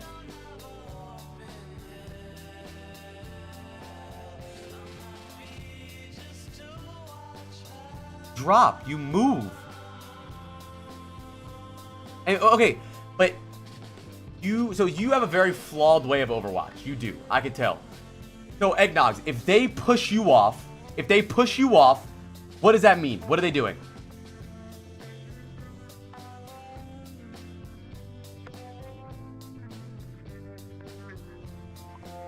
What are you gonna get one shot by? You just roll. But you don't have to take high ground. You just play main. You go here. Oh, okay. So Eggnog is scared to go high ground on an angle, but he's not scared to do this. I was really scared. I'm scared because I was scared because I'm gonna go high ground and they're gonna force me off, and I was really scared. But you're not scared to run. I know you got booped, but the fact of the matter is, it's the same concept though. Let's say you didn't get booped there, and the cast stuns you, so you can't roll, and then 3 of them push you. But if you get forced off, you just roll left, or you roll back. They can't see you. Okay, let's say the Lucio and the Genji ignore your entire team and force you off high ground. Now 2 of them are high ground, not helping their queen. I think you need to change the way you think about Overwatch. You're thinking about Overwatch as it is when the fight starts, I need to kill immediately. Okay, so let's see what you do here.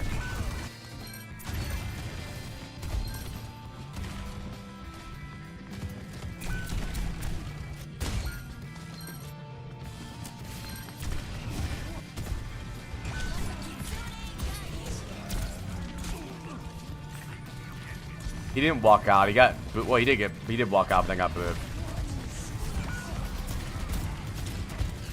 Why can't you play over here and do the same thing? Why do you have to be so close to them? You have high noon. Why don't you play far high ground and high noon? This is really good what you're doing right now. Very good. Now they're...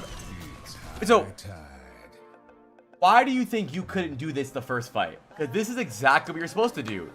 Swing right with your Sigma or your Diva while your Tracer's top right. You force the shout to back up, and now you slowly gain map control.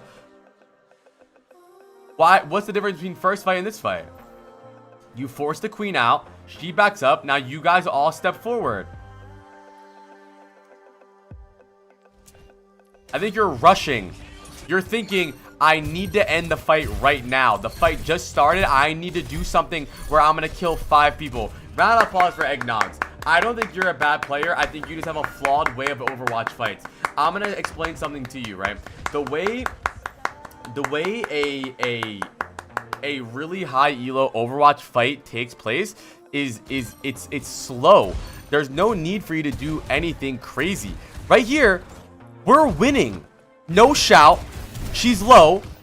They just got naded. Well, I don't understand this. We are winning this wholeheartedly. We have great angles. Our Tracer's on a really good flank right now. She's going far right.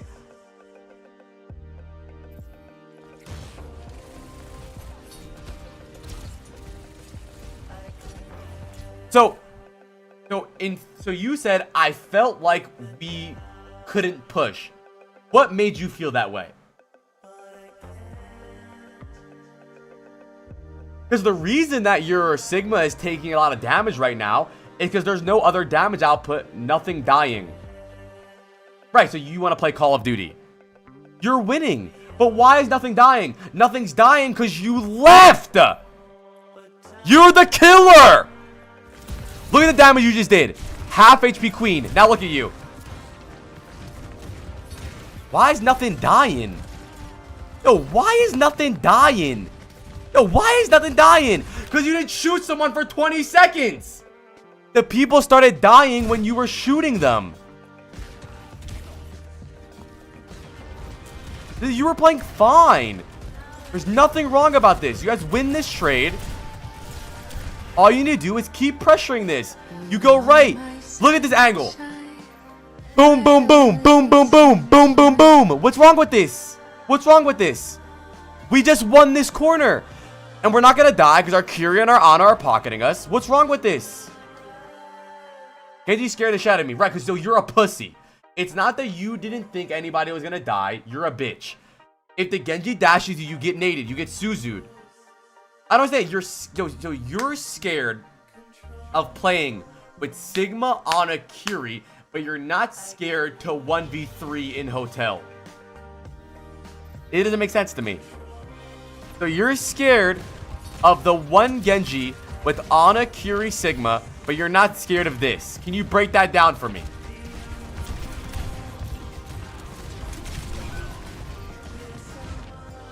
Because right here, this seems like a very good angle. No. Eggnogs. It's not about careful. It's about doing the right thing. You're confusing aggressiveness with stupidity. This is not aggressive. This is dumb. Thank you, Delta, for the prime, by the way. This angle on the BAP is a great angle. I mean, this is great range right here. We're right there. The BAP's getting shot. The Genji getting shot. The Lucia's getting shot. The Kaz getting shot. Great angle. Nothing to fear. This is not careful. This is correct.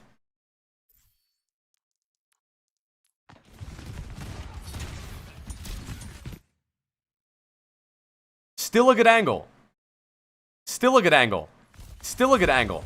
Still a good angle. Now the queen can now shoot freely on your Sigma. Now the queen has nothing to worry about because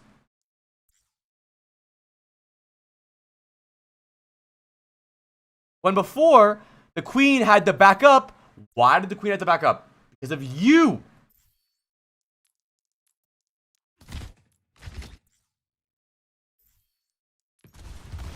This has nothing to do with being careful. That doesn't make sense. Why would you do that? And even if you did want to do this, why wouldn't you do it from here? Why wouldn't you just do this? So that you can't get booped. And if anything, even if and you say, well, then if I get poked, I can kite back into this room. But if that's the case, and you kite back into this room, now your Curie Ana have to pocket you from over here, and they're not pocketing your Sigma anymore. You are trying to make such a big hero play that you are ruining the fight for your team. This is on you. It has nothing to do with your team. It has nothing to do with no one following up, no one getting kills. If you just chilled the fuck out and played the fight the way it was supposed to be played, this would have been fine. I'm going to sit on the angle I think you should have played the entire fight. And I'm going to see what happens. Let's look at our angle. Beaming. Great damage. Almost killed her. Now, we walk forward. Maybe we're playing here. Maybe we're playing the corner. We're peeking. We're shooting. We're peeking. We're shooting. We're doing great. Oh, we're dead. There's no need to do this. There's no excuse. There's nothing. There's no to be fairs. There's nothing. It has nothing to do with play style. Careful. It has nothing to do with anything. It's the right play. This is just stupid. You don't need to do it. Right? Maybe if we're 3 minutes into the game and nothing's dying, you can try something stupid. You're 30 seconds into the fight. 30 seconds.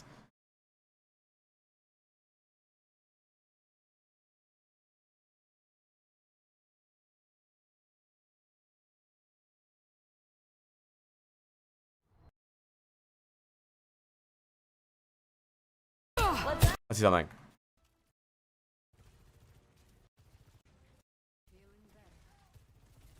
Let's try and find some.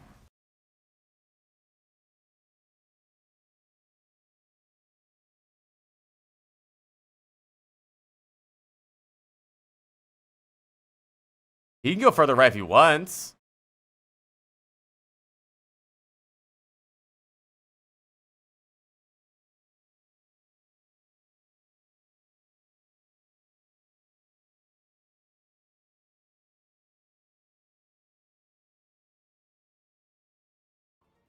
Hold on.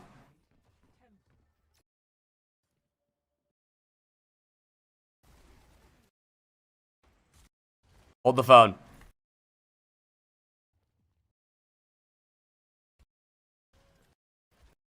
So he's on Ash here, right? He's on Ash here. But I want you to just watch what he does, man. Just watch what he does. Obviously, he can play a longer range, but you don't have to worry about range because you're on Cass and they were close to you. He's waiting. Look, look, look. Bro, there's 20 seconds off the clock. Why isn't he running at their team? No one's dying. Bro, what the fuck? Bro, no one's dying. He needs to go hotel. No one's dying. Bro, wait. We're 30 seconds in. The exact same time where you said you felt like nothing was dying. He's not panicking.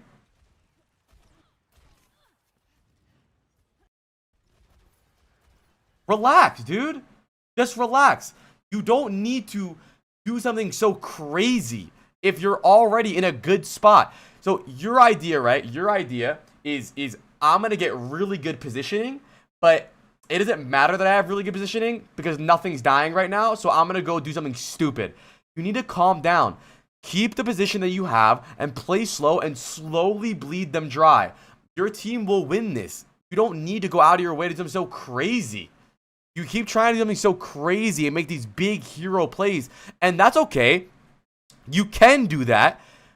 But you don't need to do it right now. You only do that when you really need to. When we're fucking 3 minutes into the game and no one's dying. Maybe we're a minute and a half, 2 minutes. Bro, it's been 30 seconds. By the way, it takes like 10 seconds to get out of spawn. So realistically, it's been like 20 seconds. Let's see when the actual fight starts. Let's watch. The actual fight has not started yet, by the way. Let's see when the actual fight starts. The actual fight starts now. Oh my god, no one's dying. No one's dying. This is fucking ridiculous. What are we doing? Why is no one dying? You're freaking out, bro. It was like a 7-second fight. It was a 7-second fight, bro. And they wasted shout. So slowly bleed them dry, man. Go wide, go left. By the way, you could even do this. You could even do this, by the way, and just shoot the Sigma. You don't need, or shoot the Junker Queen. You're just rushing. You're just rushing. Slow down. And by the way, I'm not telling you to only play main. You don't have to play main, but you also don't have to only off angle. My theory that happens with a lot of low elo hit scan players is you guys hear male penis in my ass. That you guys hear the term off angle and it rings through your head.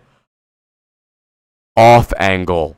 And for the rest of your life, you hear the term off angle.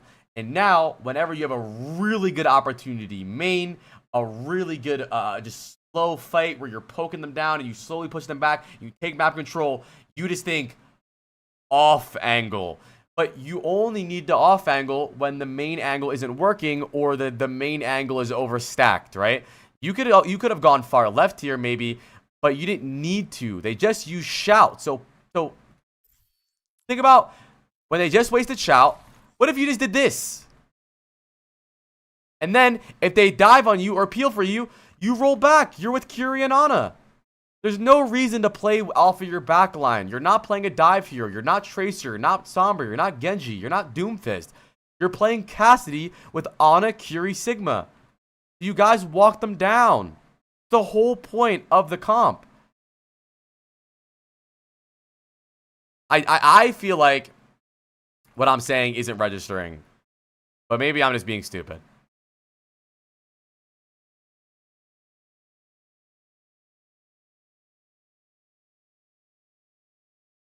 Maybe it is registering, and I'm just wrong.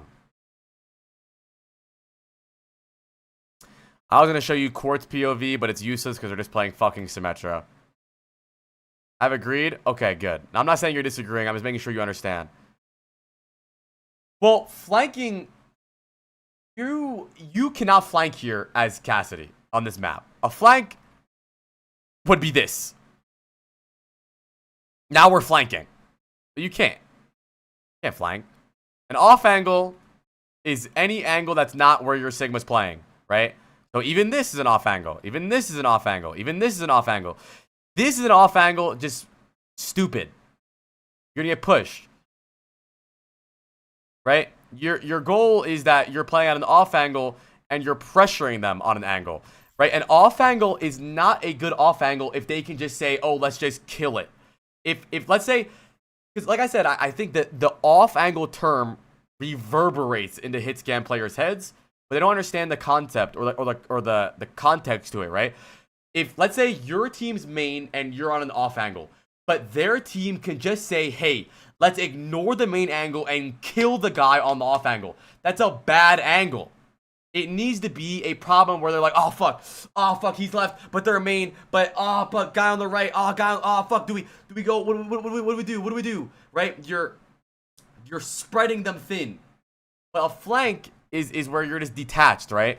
And I think this is a bit of a flank, but it could be considered an off angle, but it's just not a useful off angle because of how much value we're getting main right now. They have no shout. They have no deflect. We're winning this duel.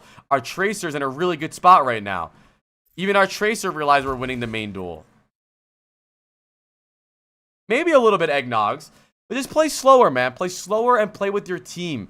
I'm not saying you can't off angle. You can off angle. But it just depends on what comp you're playing, right? You're playing Sigma, Ana, Curie, Cass, and you guys are winning this corner duel. So play the corner, play the statue. You can play like this. Why can't you just go here if you want to? After you get a really big... On Atlas, yeah, but Atlas is a bad example. Once, like, this is really good from you. What was bad about this? Like, I thought this was so solid. I thought that was so solid. Like, you played this really well. And you might think, well, apply, it's really simple though. All I'm doing is I'm stunning and right clicking. I'm not even on a good off angle. But that's the problem, is that you don't need to force an off angle. This is also a good angle that you try to do here. Like, this has been really good. This has been really good. Now the Genji can't stay here. He has to go forward into our team, or he has to go backwards. Now the Queen's alone. Then maybe we go back main and we fight the Queen.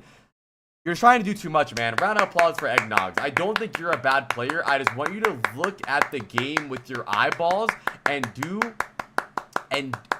what you think needs to be done in the context of the situation, not just what you heard about, right? Not just off-angling. Why are we off-angling? Are we actually stuck main, or do you just believe you're stuck main? Because you're not stuck main here. You're winning. You're not stuck. Now, if we were here for 2 minutes, I'm wholeheartedly agreeing with you. You gotta do something, bro. We gotta make something happen, bro. We gotta go here. We gotta maybe make a big play here. We gotta do something. Something's gotta get done. But you're chilling, bro. Relax. We're 7 seconds into the fight, bro. You're good. And then besides that, I think this also goes hand in hand with the defense, where I just feel like you don't know your win condition, and the win condition doesn't necessarily mean your ults. A lot of people think win condition means ult combos like, oh, grab dragon, nano blade, but exactly a Hemova. And it's not really, yeah, risky is a good, I guess, way of saying it, but it's about identifying what needs to be done, right? And a lot of that's based off your comp. So what is our win condition on defense here? Our win condition is our strong backline. They're playing dive, but we're playing Ana, Curie, Cass, Sigma, so they can't really dive us if we have a good backline. But you didn't really try to emphasize your backline a lot, and you lost first and second point. And then on third point, when you really honed in with your Ana, it was impossible for you guys to die, and you fucking melted them. So you guys did really good. So I think the main thing I would do for you, Eggnog, is really try to identify what needs to be done right now. And I don't want you to think I'm telling you to never off angle. You need to off angle, but when and why are important. Let me see if I can find a good example. Hold on. It's okay if they're on sim. Why can't I full screen?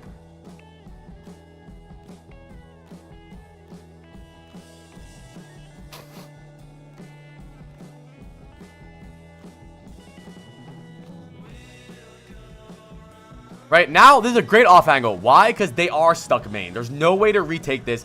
They have no... If he was sitting main behind the car on the corner, there's no way he could kill these guys because they have their own corner, right? But with you could have been fine. And then even when he does off angle, it's not like a full commitment. And I know you got booped in, but it's still a lot safer. Now he another soft off angle. And then he'll probably go back main here. Right, now you go back main. It's a multiple ways of playing, and now his team tried to die, but he lost. It's not just committing. Oh, I never realized.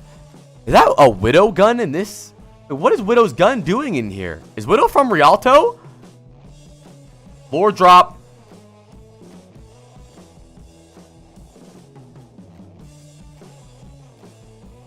I don't think you're a bad player. I think you're not in the right spot often, but your aim is solid. The problem is, I don't think your aim gets a lot of value because you're not putting yourself in a position to get value out of that aim. Like, your aim is nice. Like, it really is. Like, you two-tap people quite often. You're melting their team, but you're putting yourself in these crazy situations where you have to, like, play so panicky with your aim that you never get value out of it. Like, imagine if with your good aim, you just played right here. We just won this corner. We won the corner. So we take the corner. Look at that bat. Let me ask you, based on your confidence with your aim, do you think you could at least force lamp here? On this bat?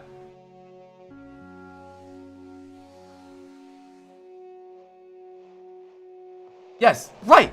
So fuck. My mic's muted. Ask yourself, Eggnogs, what do I want to do? Your goal was to kill backline here. That's why you went hotel. And ask yourself, is there an easier way to do the exact same thing with less risk? And try that first. Round of applause for Eggnogs again, bro. I think you're a really good player. I just think that you're not putting yourself in a position to show the good player in you. You're a good player, but you don't have the opportunity to show that you're a good player because of the way you play. So, going into the game, think. Because I think the what is, you have right, Eggnogs. The what do I want to do is almost always right? Your what. What do I want to do? You almost always get right. But it's the how that I think you're getting wrong. You're a little bit too risky. And I'm not telling you to be a bitch. You do need to get risky sometimes. But experiment, and see if there's an easier way to do it safer and the exact same thing. And if that doesn't work, first, if the easier way doesn't work, then do the dumb shit and see if that works. Right? And I promise you'll get a lot better. Vod Review. Chat, I'm gonna go grab a snack really fast. When I'm back, we're getting butt naked and dancing. BRB. BRB. No one move. Oh, I'll do rank. Tap Pred's on the rank. What do we think? I don't think he's that bad. I'm gonna guess Masters 5.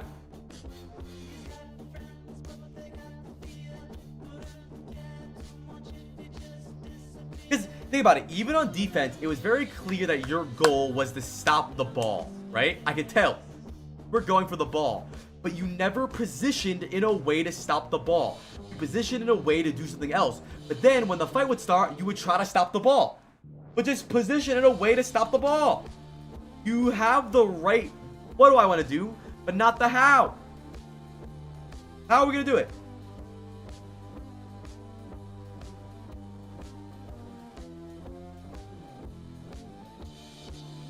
What's up, Chris? Not even that 2 months. I don't know if I got winning that A, man. I don't know why that does that, bro. Why does that audio do that? So weird. I think liquid. I'm gonna go liquid. All right, what rank are you? I'm gonna take Masters 5. Masters 3. Yeah, I was close, bro. I think you're gonna get a lot better if you just play more consistently. I think you're very inconsistent because you're making inconsistent decisions, and that's wisdom. Wisdom. BRB chat, I'm gonna grab a snack really fast. Everyone get butt naked and dance. Back, we have 2 more VOD reviews. The wheel is almost empty. If you guys want to do VOD reviews, 5 zifters.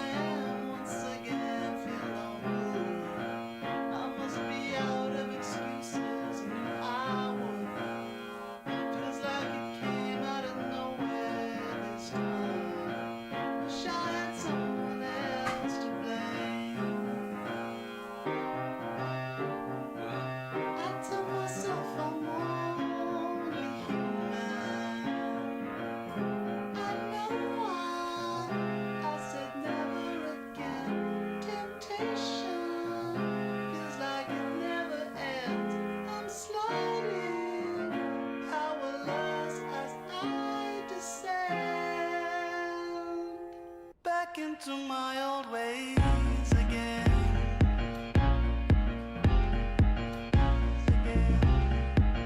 Back into my old ways again.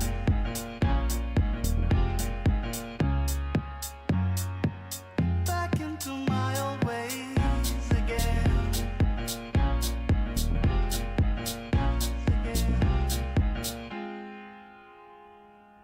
Thought I would never go back, but just this once. A little present for holding out so long. I could not bear the thought of it 2 days ago. Don't think I would forgive myself. I tell myself I'm only human. I know why I said never again. Temptation feels like it never ends. I'm sliding, only noticing now and then. Back into my old ways again.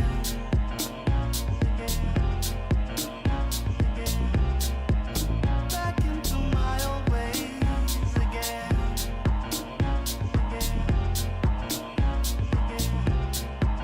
Back into my old ways. What's coming? So shocking. Always fucking up to something. Eagles drumming. Should be stopping. Eagles nothing. I know what's coming. So shocking. Always fucking up to something. Story swapping. Down and stopping. Barely coping. I know what's coming.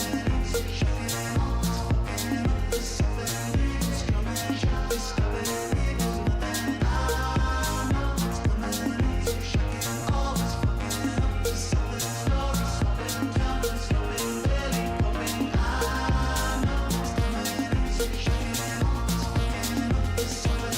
Eagles drumming. Should be stopping. Eagles nothing. I know what's coming. So shocking. Always fucking up to something. Story swapping. Down and stopping. Barely coping. Again.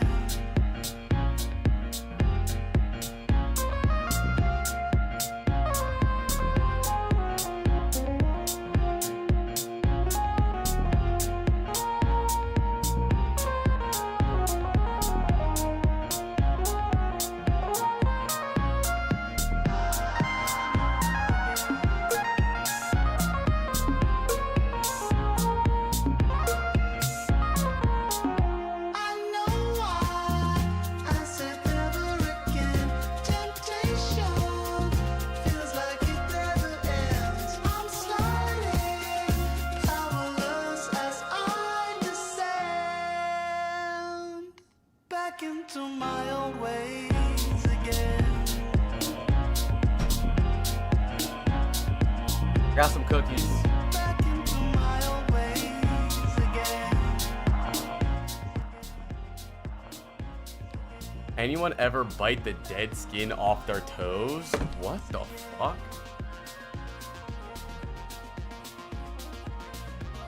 I want OWCS. Okay. So what do you want me to do about that?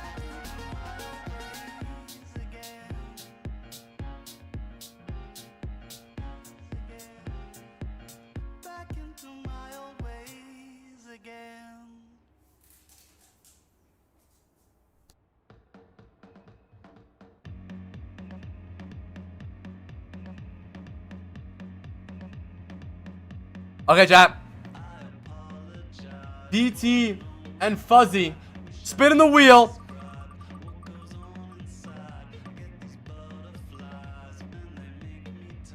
DT.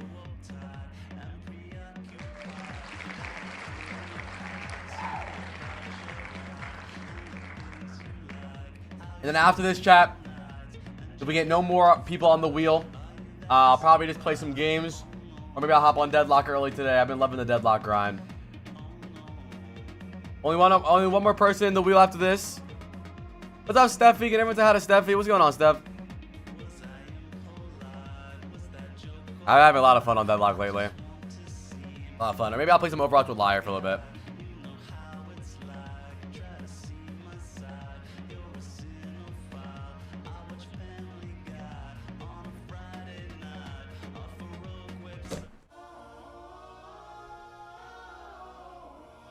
Bro, chocolate chip cookies are so good.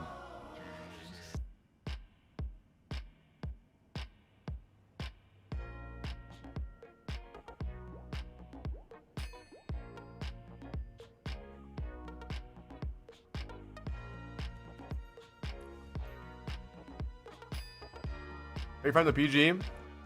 Yeah, I think we're friends. I mean, we're not like close friends. Like, I've never talked to PG off stream or like hung out with him or anything, but we're chill.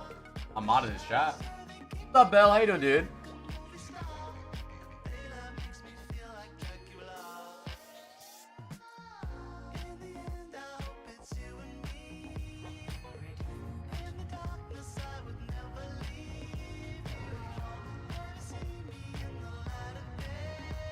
All right. DT89 with another Tracer VOD review.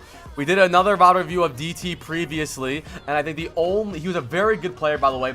I think that he was one of the more mechanical players we've ever watched in our VOD reviews. But the problem with him is that his decision making was a little off sometimes, mainly forcing backline too much, right? A lot of problems with Tracer players is that they have backline stuck in their head, which isn't bad, right? For the most part, 80% of the time, you should be trying to look for backline and trying to find the backline. But sometimes other things to do. Sometimes you can focus down tanks. Sometimes you can shoot Tracer, right? Sometimes you can mark their DPS. But he was really upset. No, I think he's from a different country, but it's the only thing where he gets good ping is in Korea. A lot of the times, there would be one guy on point that he could just focus down on point, but he would go for backline instead because he was obsessed with that, right? That's an issue, I think. So I really want him to work on his decision making. Let's see how this goes, chat. Let's see. I think we're doing good right now. We should be on backline. It's good.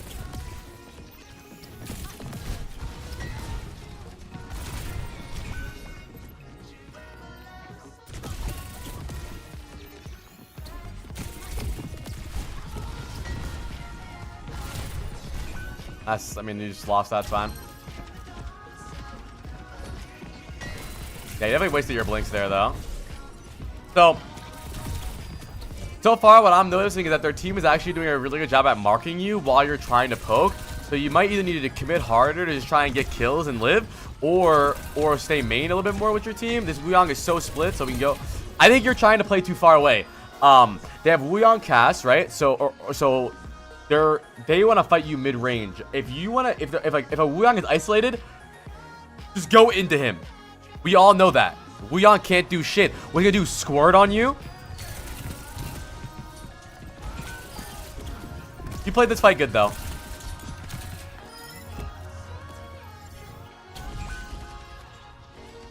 I hope. Cramps, you got checkmated last night. How's it feel? Just kidding. It was a good game though. Bro, I swear I thought I paid like a 1500 rating. It was 700 rated.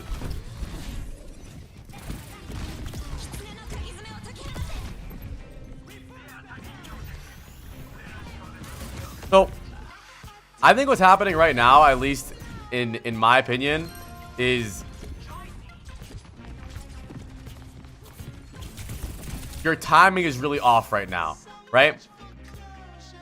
This is a really good engage if our team is fighting here. Because then they have to worry about our Orisa walking forward, our Genji, our Ana, and our Wuyong ults and stuff like that, while you're also doing this. This right now is really bad because now they don't have to do anything. They just sit here and look at you. Nothing else is happening. So now you have to recall. That's a really bad timing there. I would love for you to just maybe just position in here, right? Position here maybe, and then when they start walking in, the Orisa goes main. Maybe you go here and look for backline, right? But I thought I heard some shots. I expect them to hold the choke. Yeah, that's fair.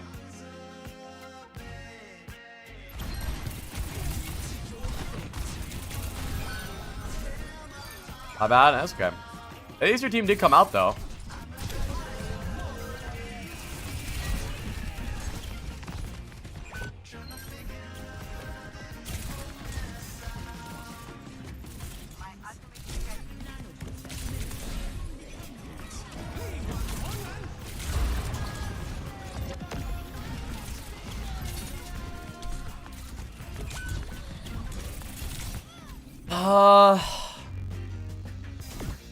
I don't really care about the pulse that much. I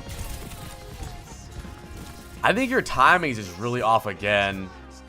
Like, we need to wait a little bit more. We need to wait until we're around the corner and then immediately we're on the Genji.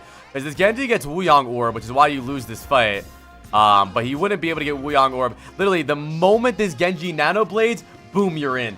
So far, I think the consistent factor in this game, which I don't think was a problem in the last game, maybe a couple times, I think your timing is really off. See, we just Nano Bladed, and you already had to recall. When if the moment you Nano Blade, you're in, then you'd be fine, right? You'd be good to go. I think your timing is really off in this game so far.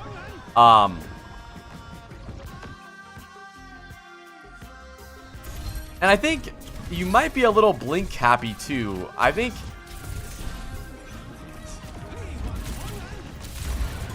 it's okay. Yeah, just watch them, Ahi, and just hope. It is tough though. That's why Ahi MOBA. That's why Dive is the least popular comp in NA, because it's the comp that requires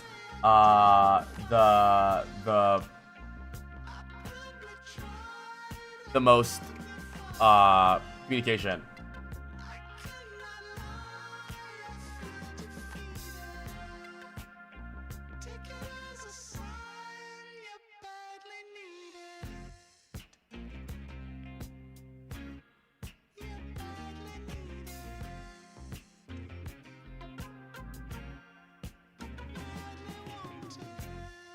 Sorry.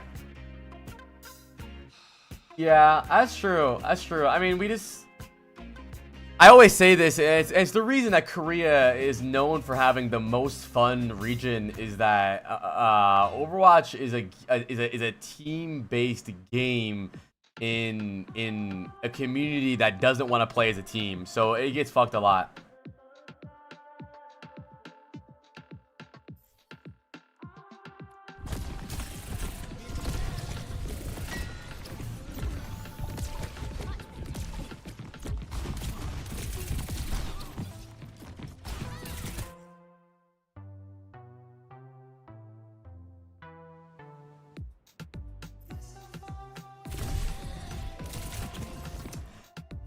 Dude, I think you still have the same habit again, bro. I think you're very... So,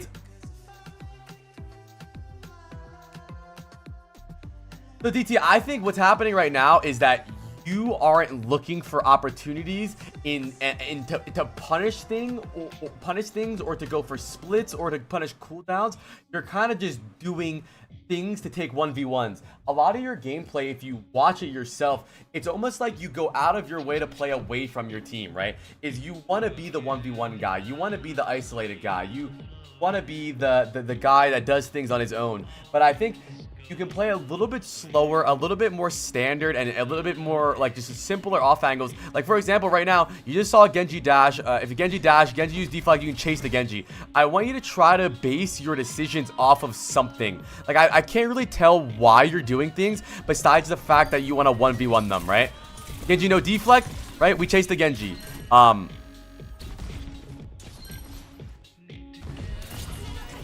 Like right here, again, like I just don't think there's a reason to even go. Okay, so we see. That's not even your fault. That's fine. If I don't make that distraction play, my team might just never go through choke. You feel me? Yeah, but DT, see, I see where you're coming from, and I see a lot of problems. A lot of players have that problem. But now think about it, DT. Now, instead of being the carry, you're the distractor. Think about that, right? So now, when you put all of your resources in distracting, you now have no resources in fighting. So I agree with you that it might be rough for your team to get through choke, but your team isn't going to be as good as you. Like I said, I don't think you're wrong, but the problem is when you go towards that playstyle, you're now the distractor. When Tracer is supposed to be the DPS carry and the Punisher and you're getting all of these kills, but if you're wasting 3 blinks and a recall just to distract, who is going to do the damage? And you can say, well, I'm hoping LLLLLL on Genji is going to do something, but he's not. So let's see what happened here. How do we get this pulse bomb? So let's see. So we're fighting right now. The fight started. We're in. We didn't need to recall that, but it's okay. This is good timing here. This is good timing here. So DT, my recommendation is that you try your best to stop distracting. Instead,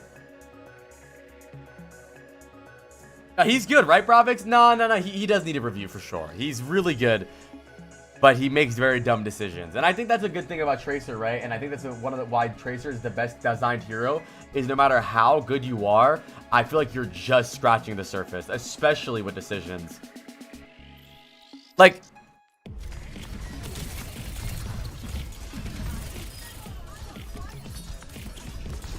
I thought that fight was really good from you, and I think the reason that is because you weren't the distractor. You were the killer. You weren't the distractor in that fight. DT, I do agree with what you're saying, but I think going forward, I really want you to try to stop being the distractor and trying to have better timing and trying to carry more than distracting. Right now, I mean, what's gonna happen here is you're gonna get all your resources forced. You're gonna have no cooldowns, you're gonna have no blinks, and by the time the actual fight starts, we're probably not gonna have much to do.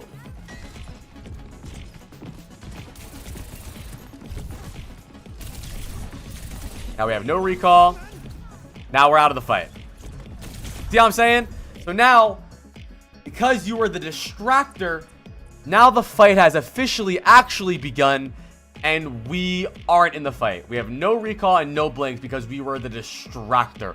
When realistically, I think your team probably was about to walk in. I think just be a little bit more patient with your team and let them walk in. Now the fight starts. Now you can actually kill people.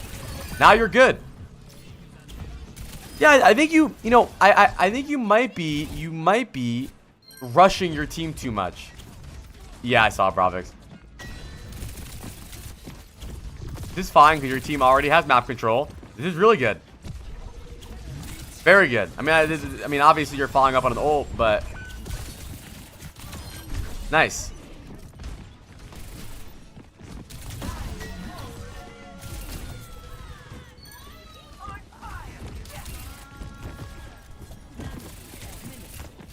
No TP, no TP, no.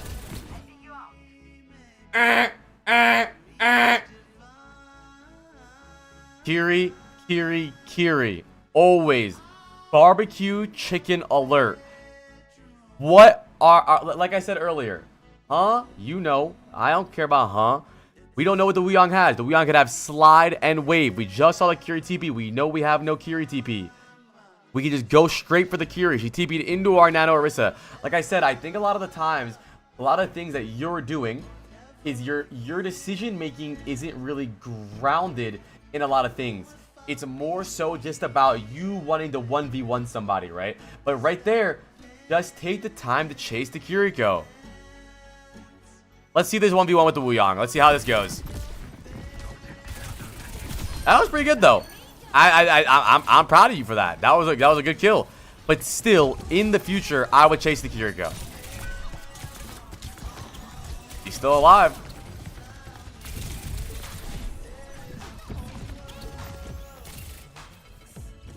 I think, like I said, I think you're one of the best mechanical players I've Vod reviewed. And I think a lot of the times, I didn't know where she went. Well, yeah, no shit you didn't know where she went because you didn't look for her. You will never know where anyone went if you didn't look. I just joined because I like Overwatch. So why'd you, huh? Anyways, you guys always say you're lost, but you will permanently be lost without a destination. You can take the time to look for her. I mean, it's okay. Wuyang was an easy target, but let's say the Wuyang has wave and slide. Then he lives. Then also the Kiryu lives and you lose. In the future, I think it's very important that Tracer punishes cooldowns. Oh, okay. No, I'm not saying sorry. I just didn't know why you HUD. But don't say sorry.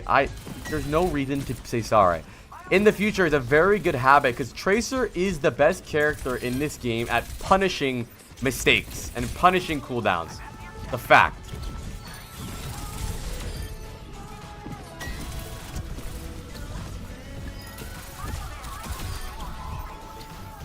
Really good fight, and it was a really good fight because they have really good timing. The difference between all of the good fights you have and all the bad fights you have is that you're just going too early. I think you're going to go too early again here.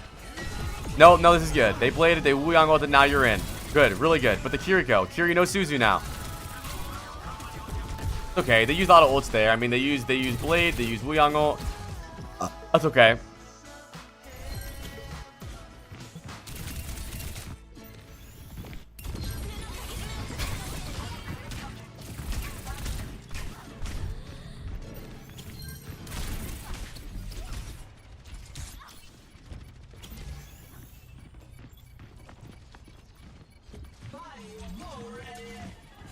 Now I think we're a little late. Now we're taking a little too long to get into these fights.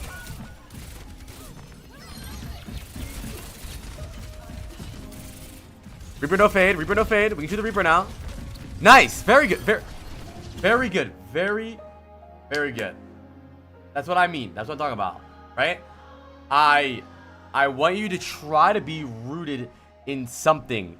Where are we going and why, right? Reaper no fade, we go in Reaper. Kiryu TP, we go in Kiryu.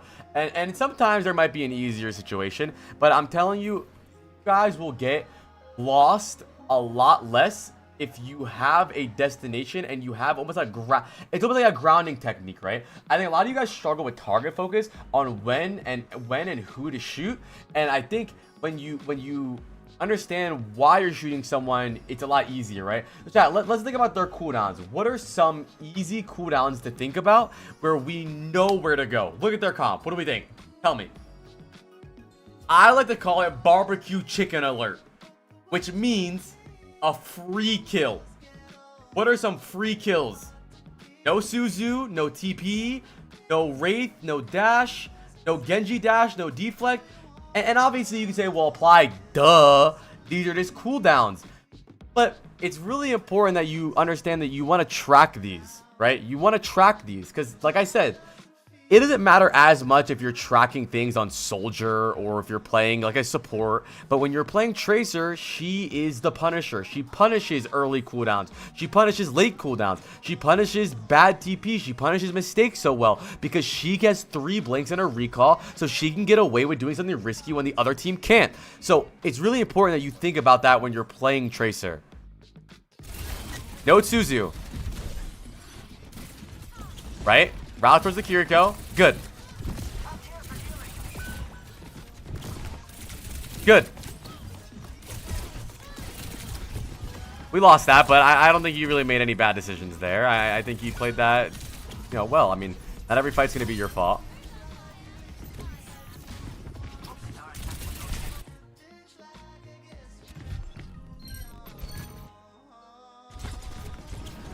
So here's what I'll say is I think this Reaper is clearly marking you, right? This is what marking is. You're being marked by the Reaper now. This is marking. You are now being marked by the Reaper. So your goal shouldn't be to fight the Reaper, but to try to avoid him. Find ways to get around him. Look for the Reaper and try to angle differently. The last like 4 fights, you've been so cucked because the Reaper is marking you. It's obvious you want to take this side of the map so that you can find the backline, right? Which is very good. The right idea. but now the Reaper's marking me, right? Yeah, exactly, DT. And he's doing a really good job of it, by the way, right? He's doing a great job of it. And this is what other tracers will do to you in high-elo as well. Now, it really depends on how good you are. If you believe you can just 1v1 the guy marking you, then you can 1v1 him and fight him. But it's kind of hard to fight a Reaper nowadays as tracer because he does so much damage. So just try to find a way to hide before him, right? Let the fight really start and then go in, right? Position differently, hide. It just depends. Wow, you really are getting marked. The one thing about getting marked that's important is identifying when it's happening, right? The moment you realize, damn, this fucking Reaper is just marking me. That's it. I can't get in backline. I can't do what I want to do as tracer because he's marking me. Identify it and change your play style. Where are we going to go? Maybe I'll play main more. Maybe I'll play different angles. Maybe I'll wait for him to get into the fight so that I can go in and he can't focus me, right? Just identify it's happening and try not to get marked by him. Or if you're just a better player, you can just fight him. Just depends.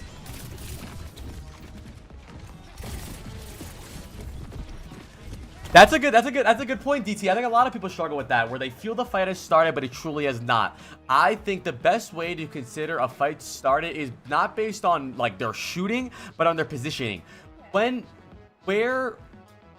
all know when it's too late to back up. When the fight starts is when we can't back up, right?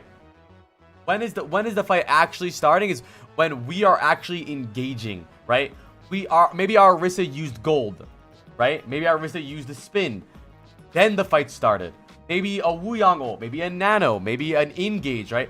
It's not just poking. Whenever we are too far gone to where we can't just say, we're out, right? Like right now, the fight started. Because the Orisa's golded, your Orisa walked past, the Reaper's already faded. The fight started. And I think you're playing it very well. No Suzu. Okay. Chill out a little bit. So, I think you're struggling on the backline a lot right now. So, what's happening right now is very common in pro play especially, is their teams acknowledging that you're focusing backline, so they're playing fast in the front line. And this is how you're supposed to play, by the way. Their team is playing very properly. There's two ways to play the game.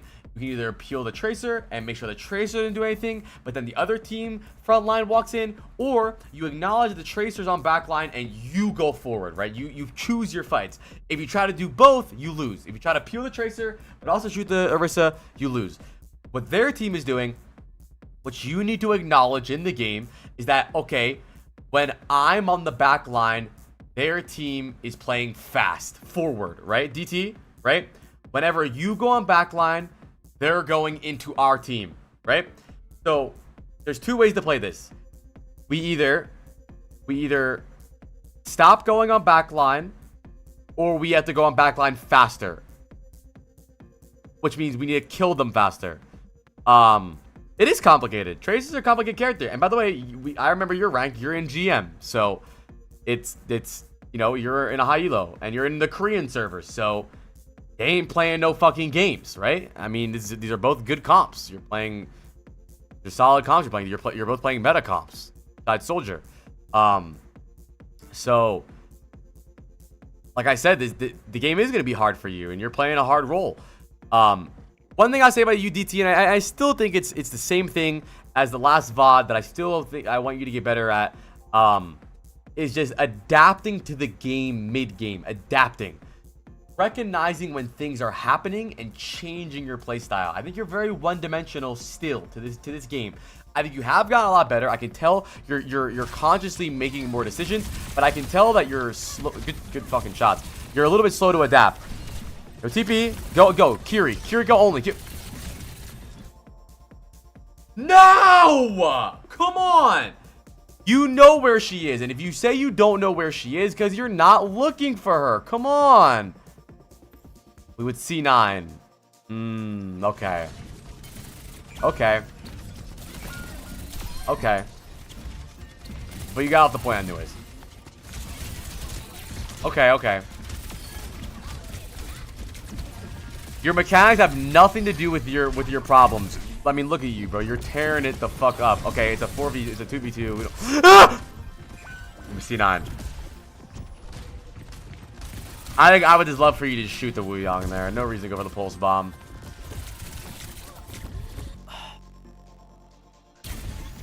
Round of applause for DT again, man. Round of applause. Again, I think a little too early. I think you're I think you're doing another great game from you overall. I just think another problem is your decision making on knowing whenever you can hit them low IQ lifter. Also, I think you can go for pulse bombs on tanks more. People are against the tank pulse bomb, but as Sugar Free, he is a firm believer in the tank pulse bomb. The fight starts, their Orisa uses gold, they have those Suzu, pulse bomb the Orisa, you gun the Orisa down, free fight win. I mean, you didn't hit a pulse bomb this whole game, let's be honest. So, especially if they have a hard team to stick, right? If they have a Cassidy, he's easy to stick, a Soldier, right? But if they have a Kiri, Wuyong, they're really hard to stick, bro. They're fast, they TP, they Suzu, they dash. Just stick the fucking Orisa. Do not be afraid of sticking the Orisa, and I think you'll win a lot more fights off of your pulse bomb, or the tank. But besides that, I still think it's the same thing. Mainly, Fem, thank you for the 5 gifted, chat. That means we have Fem added to the wheel. We have 2 people in the wheel. The queue is very short right now, by the way. If you guys want to add your name to the wheel, how would you decide to second point? Try to pulse the Orisa.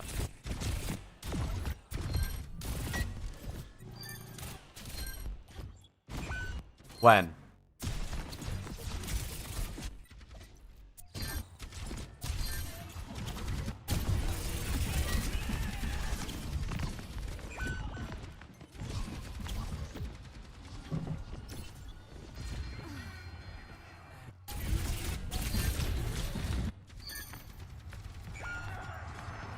We're down 1.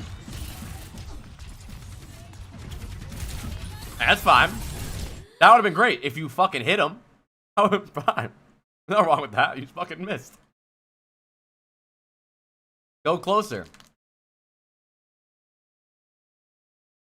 But the main things, DT, I really want you to think about when you're playing Tracer is adapting to what's happening in the game, right?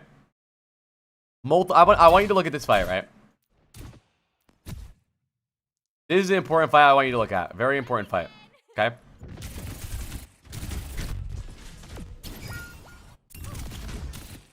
So, look at the overhead here. So, we go on backline. They recognize that you're going on backline. So, they immediately go forward and they fight forward. Right? Now, what needs to go through your head is, okay, I see this happening. Every time I go on backline, they're pushing forward, which is a good idea from them. What are we going to do about this? There's many things you could do. We can try to kill the backline faster, because you were struggling. We try to go for the Wuyong more. We could start the backline fight, but then blink back to our team and help the main fight.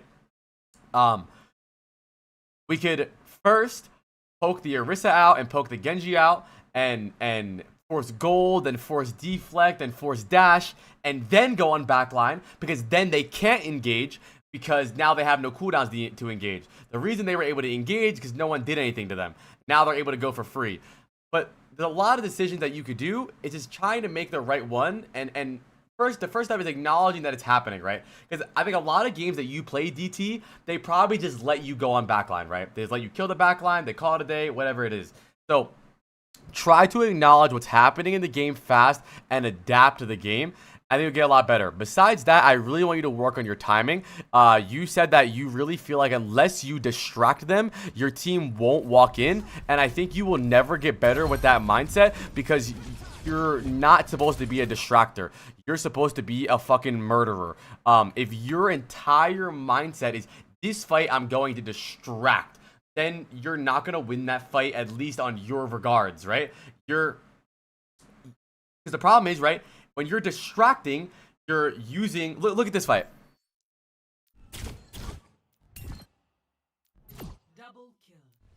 How would you approach this point? Well, this point, wait, which point? Second, this one? Well, I think, like I said, I think you went too early and you tried to go for your own solo play. I think the right idea here was to wait for your nano blade and then follow up with the nano blade, right? By the time we already nano bladed, you already have no recall. The moment the nano blade goes out, maybe you immediately go on backline here. Maybe you're on the Wuyang, maybe you're on the Kiri, but instead you started your own 1v1 with the Genji, right? Like I said, I think it's a timing issue. I mean, look at you in this fight right now. Watch. Look at us, right? We're forcing cooldowns. They use gold, right? We're walking around. Nano, blade. Now you're still obsessed with this 1v1. They have no Wuyang ult. Their Kiri has no TP, but you're not fighting anything. You could have fought the Wuyang. You could have fought the Kiri that has no TP. The Wuyang has no cooldowns, but you're fighting the Genji 1v1. And I know why you're doing it, right? You already said it. Trying to distract so your team can walk through choke. And I think you just got to try to be more patient and just hope that your team ends up walking in. Maybe you can calm and tell them to walk in. But you're not really doing a lot of damage in these fights because you're so obsessed with your 1v1. Let's look at the next fight, right? Exactly, DT. The moment Nano Blade comes out, you go in. The moment. Because how do they focus DT89 when there's also a Nano Blade? They can't focus the Nano Blade. They can't focus my Orisa. They can't focus my Wuyang and my Tracer. They can't. They just can't. Now, let's look at this fight. Right? So our team starts walking up. We're still in choke. We're waiting a little bit. We just forced Genji cooldowns. And we're in too early again. We haven't even walked through the main choke. We haven't even used our gold yet. So I think this is your issue again. You said you can't really tell when the fight started. The fight has not started yet. We aren't even through choke yet. Right? My thought process is generally to bait as many utilities as possible, then hard commit when my team goes in. Yeah, but DT, how do you bait their utility without using their utility? How can you hard commit with no cooldowns?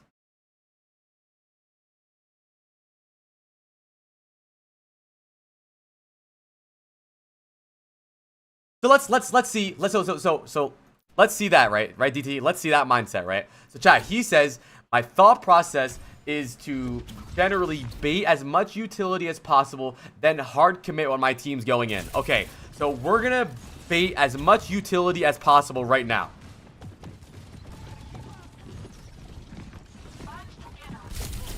Okay, so we baited sleep.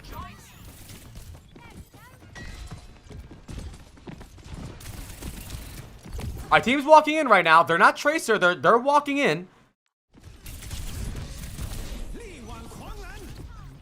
And now the fight's actually started. Now the fight is started. Let's see you hard commit. So you baited cooldowns. And now the team's going in. You're going to hard commit. You can't hard commit. You have no recall. So your idea is a bit flawed. I mean, now you're hard committing, but it's still not really. It only really works because your team killed half the people. You didn't really do anything. I think I really want you to try to be more of a carry. I think it would really help if you looked at VODs. I don't know if you've looked at other people's VODs. I think it would really help if you did. And I know you can say, well, apply. I don't think watching other Tracer VODs are good because they're playing with other good players. I occupied 3 people there.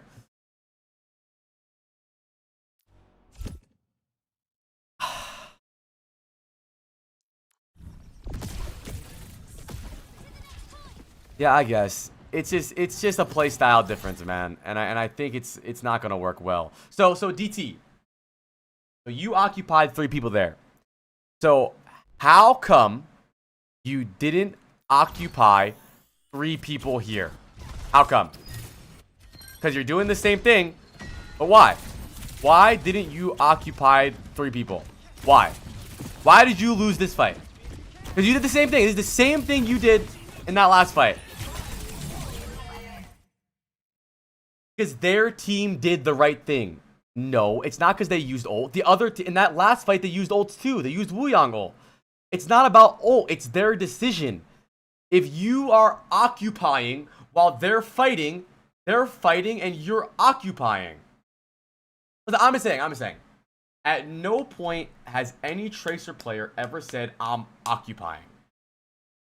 Their team, they made a mistake. You are playing for them to make a mistake, DT. You are winning off of their mistakes, which is not a bad thing, but what is your plan when they don't follow you? What is your plan when they force your recall and then they go main like this? What's your plan? You say, I'm gonna hard commit, but it's not gonna work all the time. I mean, listen. If you agree with this, if you want to keep doing this, that's okay. You can. You're asking me why you're losing these fights. And in my opinion, it's because you're occupying and not fighting.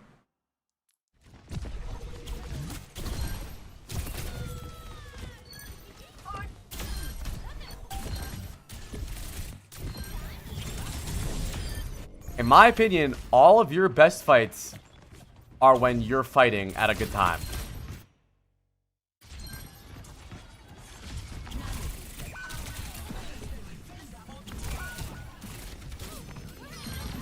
Let's watch a Tracer VOD. Let's watch Kevster. Let's watch.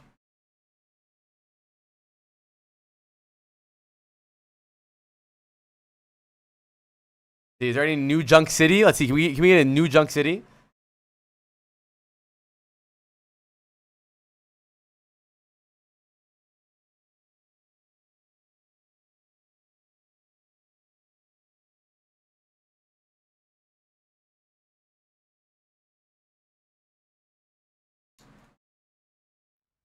And I know what you can say. Well, apply. It's different because he has a good team.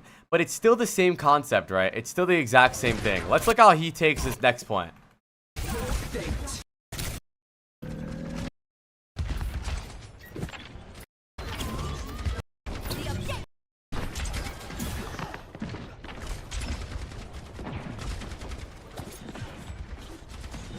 First of all, he takes the isolated 1v1 with the Freya, right? So this is really smart. Very good from him. Don't think about his mechanics, right? That was fucking clean. But he's a European prince, yeah.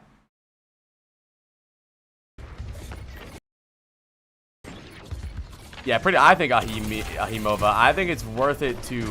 But look. I want to point out, even though he got that kill in the back line, their team still got 2 because they didn't all turn on him. They just went forward, right? And they lose because of it, right? Even though he made that really big play, he found the isolated target, got a kill, they still lost. So I want you to realize that even if you're playing a good team, you will not occupy them. You won't distract them. You only distract players. You're only being a distraction if they follow you. But what happens if they don't follow you and they mark you and then force you out like the Reaper did? Now look when he goes in. Right? He's fighting with his team. No distractions. He has an L team.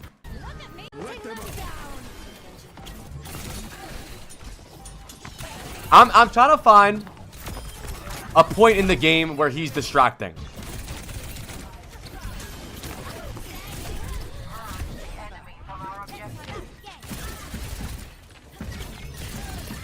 Listen.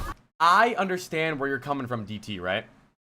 But you are wasting your character doing that. Tracer is one of the greatest fighters in the game. She thrives in chaos. She's so OP. And I think a lot of your brain power and a lot of your time and emphasis is on not really fighting.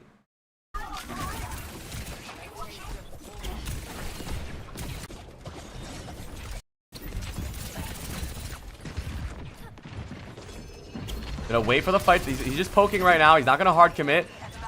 Right now they're on the point. Now, no Suzu. He's in immediately.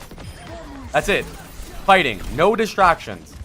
Now let's see. So let's see a point where so You really only distracted when the other team had the point. So let's see. Now the other team has the point. Let's see what he does to retake the point. Let's see. Right?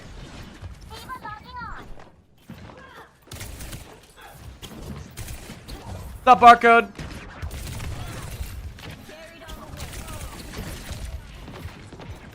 No, wait. He's not full committing yet. He's waiting for his diva. Oh, his diva's in.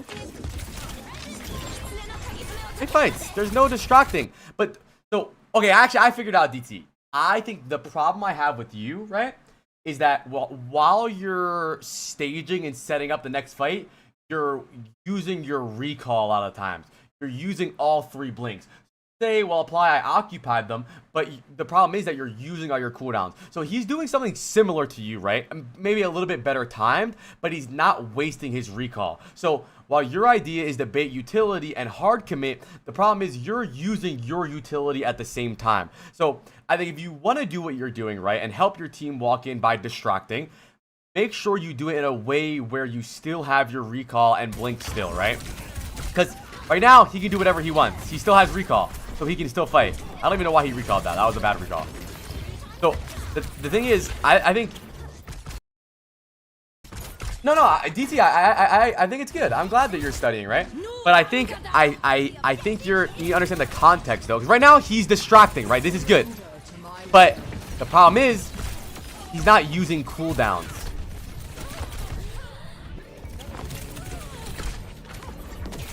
Right? We're not gonna focus. I think your problem is whenever you're trying to get map control, is you're using, what's up, Olive? Is you're using all of your cooldowns just to take the space back.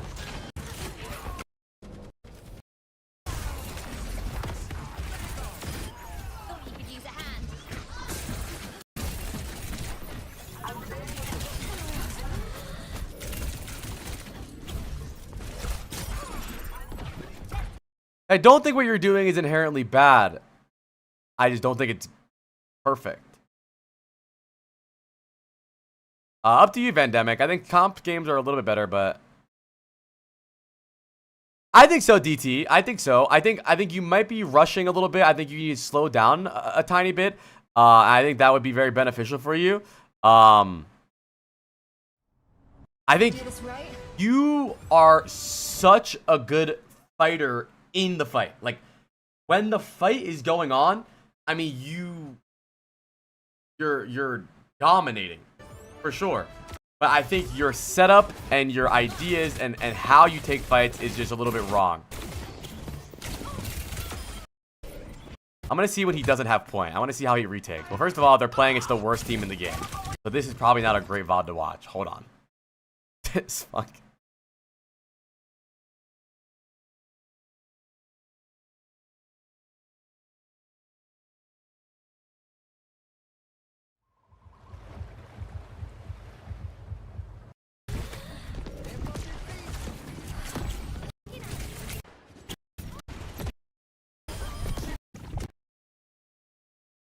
I want to see them retake, right? Because it is hard, by the way. And I just want to mention, Chad, that DT is high elo, so it's not like it's not like this is a long VOD because I am coaching a high elo player right now. It's not like it's a bronze lobby. His DT's problems aren't as simple as some other players. It is hard. It is hard to learn Tracer. I think she's the hardest character. Okay, so they have point, right? My ultimate is charging.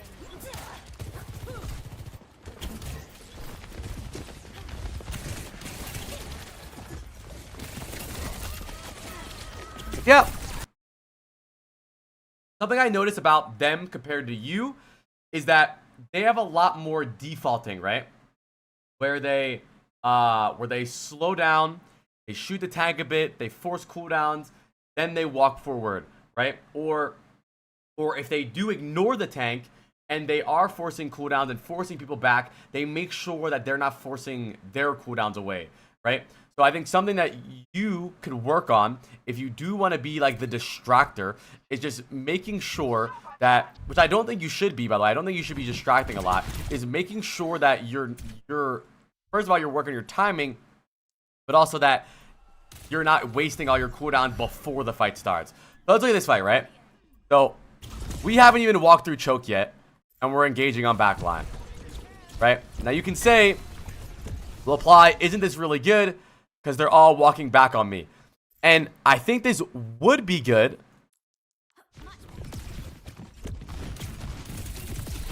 if we just took this fight a little bit better. Where's our team? Yeah, I mean, our team is playing so slow, right? And I think the problem is that you expect your team to see you and follow up on what you're doing. But sadly, that's not going to happen because this game sucks. So, in my opinion, if you really want to learn how to win ranked games, try to see what your team is doing and then play off of their timing, right? Because I agree with you. Right here, 2 people chased you. Your team should have fucking ran it down. No, I mean, I agree, DT. It is hard. It is hard. And I think Tracer is a very hard character to play, especially without a dive tank in ranked. But now, look at the problem right now. Now our team is officially starting the fight. Our Orisa's on point. And look at our cooldowns. We have no recall, no blinks, and we're fucking 10 HP. So, I think your idea is right. I think your timing and going maybe a little bit too deep is wrong, right? So you can still do this on retakes. Play a little bit safer though.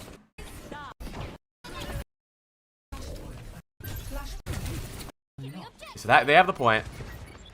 We're already up 1.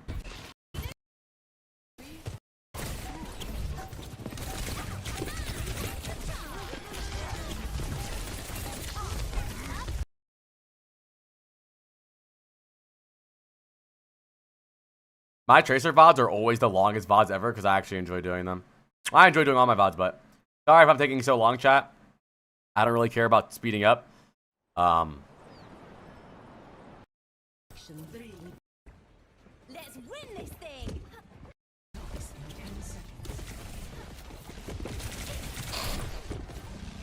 Well, here's the problem with learning Tracers from watching pro games is that Tracer is easier in pro games. She is.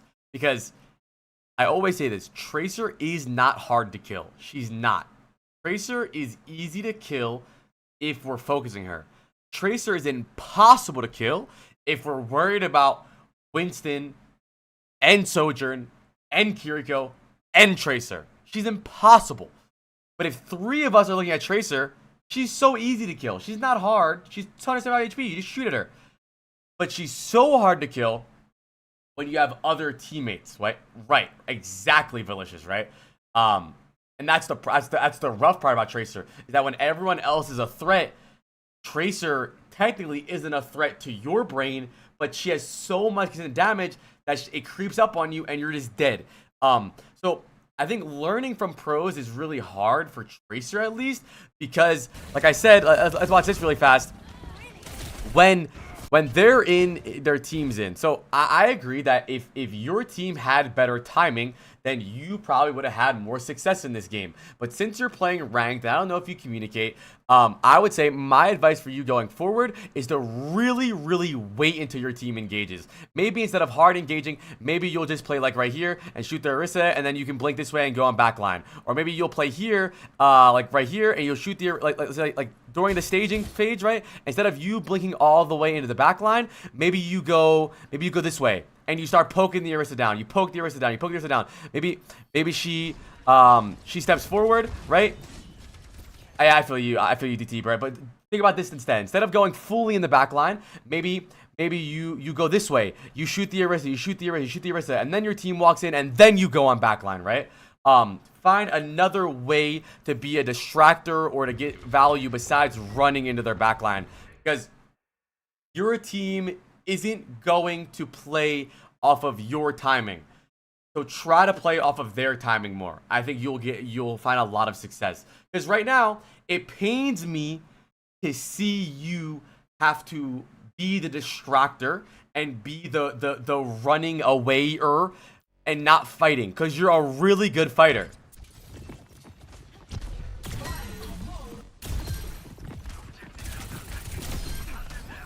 right? I mean, look at this fight, right? You have accidental good timing here because you're coming back from spawn. But look at this fight, where when people are actually focusing. It's a 5v5 fight right now, right? The fight started. The Genjis are trading, the Orissas are trading. Boom. Orisa ult. Nano.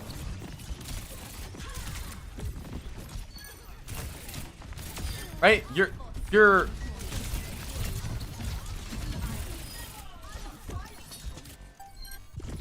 when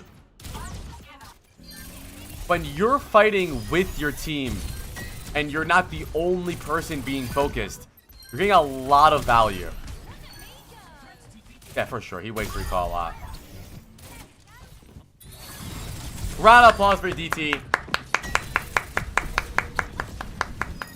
Some would argue that being the distraction on the tracer is the play. So here's the problem, right? Is if you go into every game to be the distraction, who gets the kills? We already acknowledged that we can't even rely on our team to walk through choke at the right time. We already acknowledged that. My team doesn't even know when to fight. So if my team doesn't know when to fight, how can we rely on our team to follow up off our distractions?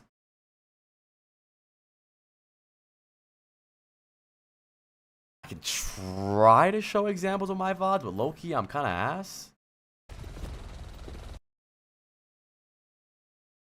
In my opinion, I just don't think it's a good idea to distract. I just don't.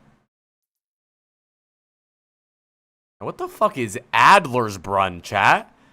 Who is Adlersbrunn? What?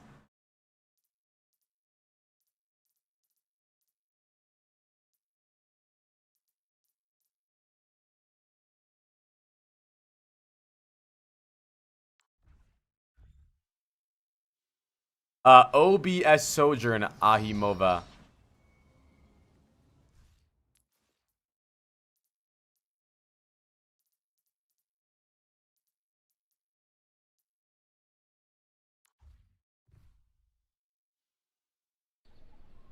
Ready for battle. Well, I've just been playing tank all day. Ready for battle. I sometimes feel like if I don't make a move, it's gone. No, I agree with what you're saying. And I think that your move should just be to poke the tank out or to poke their team out instead of committing. I think your problem right now is that your move is to beeline into their backline. But I want your move to try to be just to focus their tank down to get them to focus you so your team walks in. Or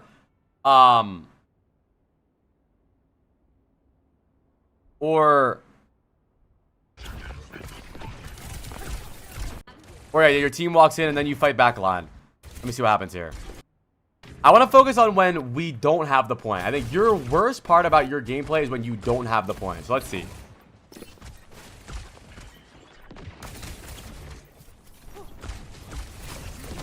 Yeah, I think you can shoot tank way more. Wait, you asked me this the other day that when you watched Top Dragon VODs, you felt like he shot tank way more. But you didn't shoot tank at all. You're right there. He shoots tank and then looks for backline. Shoots tank, looks for backline. I have the objective. So I think when you don't know what to do and your team's not walking in, I think you could shoot tank more. For sure. And then when the fight breaks down, when the fight breaks down, then you can go backline or wherever it is. And if you're going to be a distractor, just make sure you're doing it without wasting your cooldowns. And I think just play off your team's timing more. Stop trying to expect your team to play off of your timing. I think try and make your team, or try to play off of your team's timing. I think you'll probably have a little bit more success.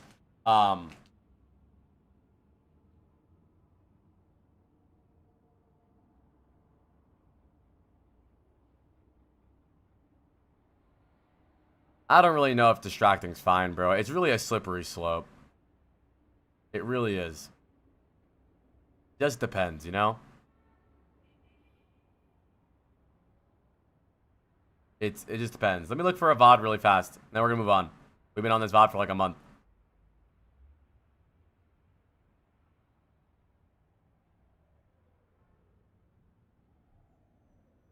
I mean, this is not even a good VOD because this is like a highlight video.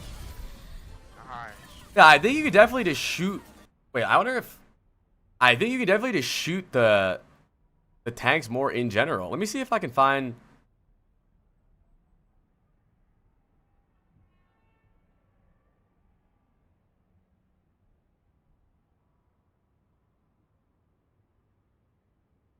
I think we matched them. Yeah. Look at our team, bro. Goated ass team.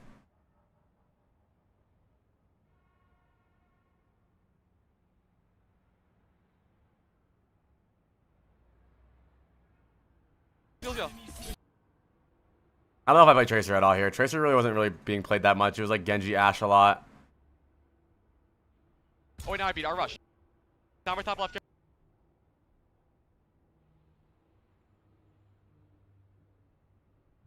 I think you understand what you need to improve on. I really do. I think you studied Kevster, but you just didn't really understand the context of the things he's doing and why he's doing them, and I think that was the struggle. And I think going forward, if you just really work on your timing and trying to play off of your team and really playing off of fights where they're already committed. And I know you said, like, well, what happens when my teammates just fucking die? It's going to be rough. It's going to be rough. I think you're going out of your way to try to do too much. And because you're doing too much, it's making you play bad. I think you're trying to make up for the fact that your teammates suck. And because of that, you're getting caught out a lot. And you're not really getting a lot of value. I don't know what I'm saying. Top over there. Bro, Soldier is so fun. Queen one. Just heal them. Wisdom. Another round of applause for DT. That was a long-ass VOD review.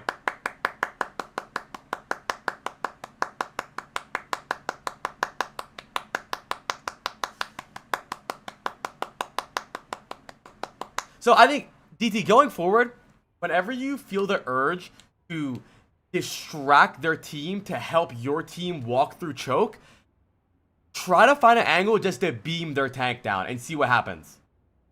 See what happens, okay? And then if they all focus you because of that, then you can try to run, and then your team should walk in, and then you go backline. And I think that'll help a lot. What VOD did you watch of Top Dragon?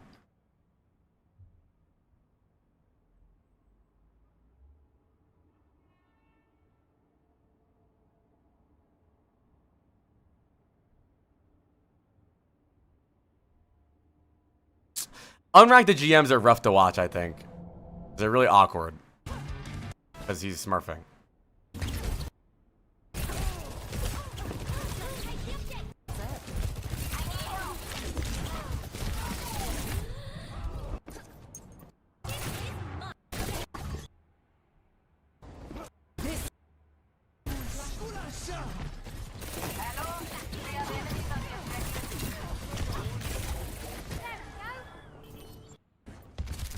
Okay, so they have the point. Let's see what he does. They have the point right now. So he is kind of distracting, but notice the one difference between you and him when he distracts is he's really not committing. He's making sure that while he's distracting and while he's creating space, drawing vision aggro, that he doesn't need to recall. See? See there? He's a much slippery than you. He's still drawing them to them, right? He got 3 people to look at him the way you do sometimes, but your problem is that you'll recall or you'll die. He's doing something very similar, but he's making sure that all of his cooldowns don't get forced. See? So he's doing the exact same thing basically that you're doing. Oh, and his team's not walking in. This is the exact same problem that your team has.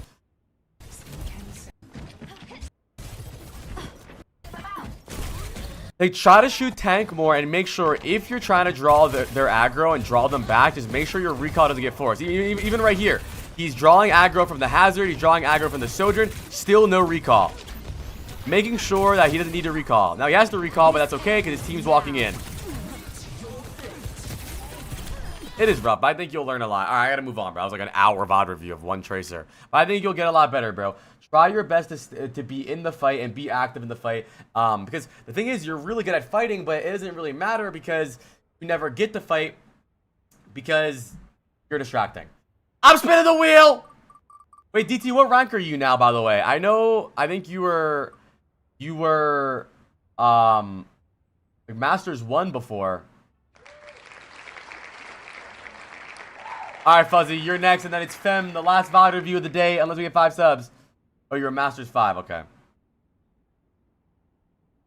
As Mark Tracer, it just depends.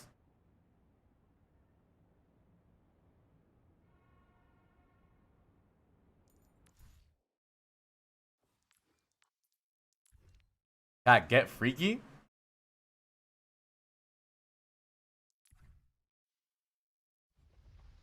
Ready for battle. DT, I think your idea of carrying is trying to get your team space, but I promise you, knowing you, how good you are at fighting, I want your idea of carrying is pretty much, no matter what happens, we are carrying the fight. Not the start of the fight, the fight. Because if you're so focused on helping our team engage, you're going to be lackluster in the fight. I think a lot of your brain power is going towards getting my team through choke and not when my team gets through choke, how are we going to fight? All right, chat, another Tracer, but we got Fuzzy. Let's see. What do we got here, man? So they're playing Kiri, Wuyang, Sojourn, Genji, Ram. Really good comp. We have a goofy-ass comp. I never start there on Tracer because, yeah, you just get forced out. The Genji goes up here and you have to run. I'm a big fan of starting here. I can tell this is already low elo because your team is starting on this corner, which is just brain dead. Your team should start here, and what happens is their team, we take these angles, and while they're walking in, they're spamming through. So what happens is our team ends up playing around the cart. Their team ends up playing here. You hide here. Then when they walk past you, you're on backline already. But your team is really low elo, so I can already tell it's going to be rough. His skin is fire. Hero is so popular, it's the best hero in the game.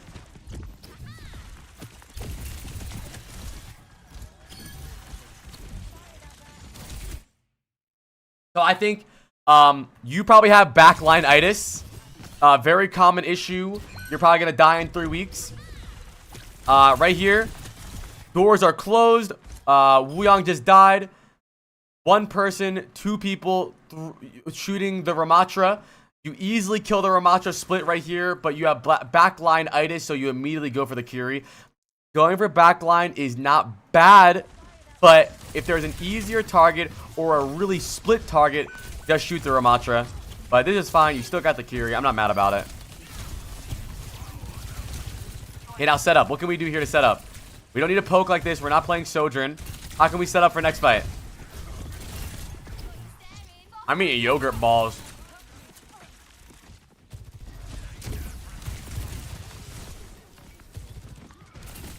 Vendemic, thank you, my man. Let me add Ven to the fucking list. My goat. We have 2 people on the wheel, chat. I'll probably keep the VODs open for like another hour. So if you want to get on the list, it is only 5 gifted subs. We will do your VOD review today no matter what. If you want to skip the line and go immediately, it's 10, but you don't have to. So,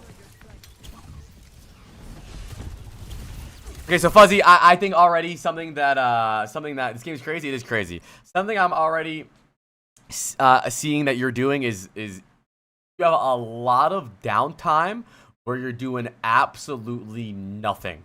That downtime is where you set up on the backline. Your Doom just ulted backline, right? He engaged backline, but you just were blinking in the walls. You used 3 blinks already and did nothing.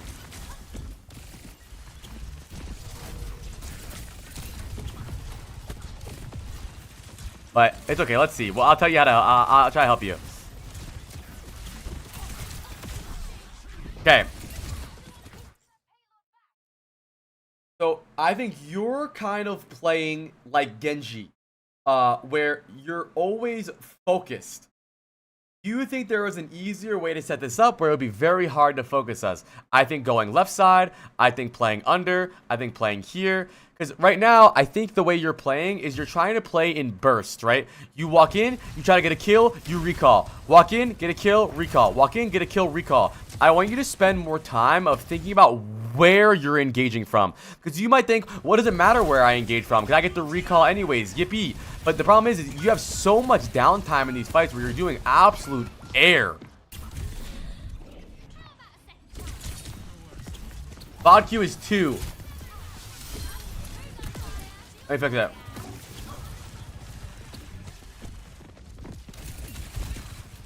Wait. Very good, very good. So, this isn't a very obvious one, right?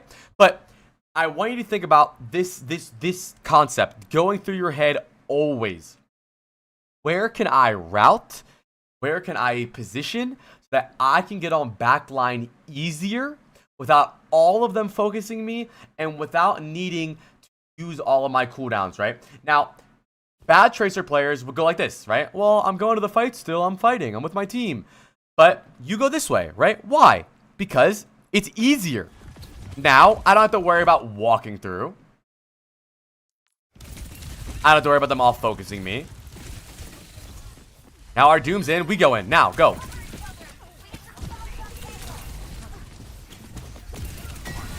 I think you're a little slow to engage. I want you to try to play off of your team's cooldowns more. Your Doomfist engaged and you were like 2 seconds delayed. Good job though, finding the Wuyong. Moira next. Chase that fade. Nice. That was a good fight from you. And I want to credit it all to where you started the fight. Where you started the fight isn't where you ended the fight, but it's where you started the fight. Okay, wait. Play patient here.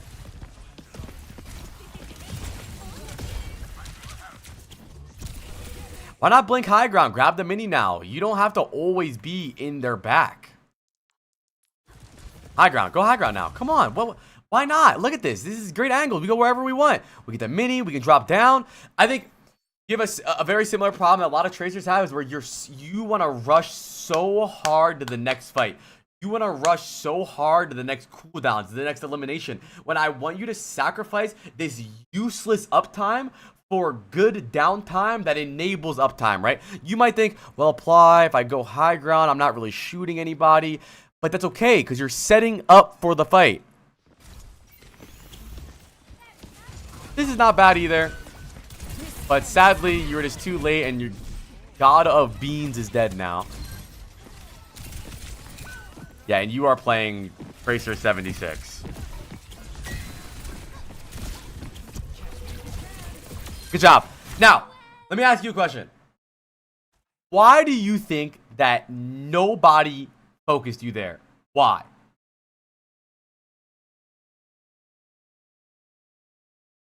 Waiting.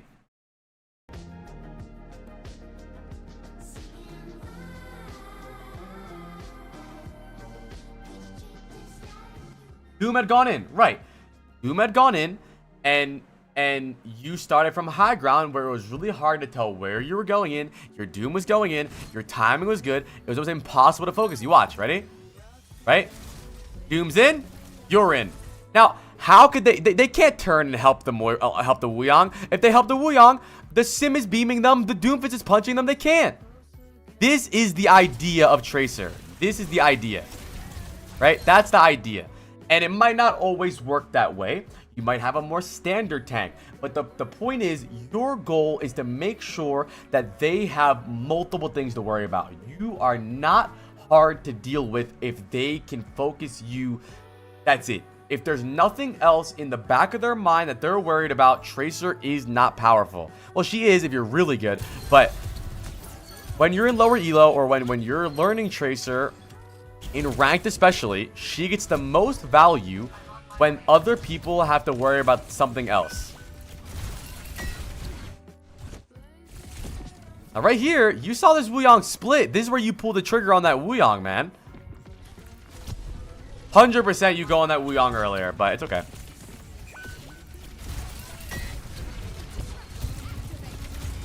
Okay, I think you're struggling with all the stimulation in your brain. You saw Wuyang, Moira, Orisa, Sojourn. One target at a time. So you saw the Wuyang, right, Fuzzy? Where is the Wuyang going? Where? When you saw the Wuyang here, where is he going?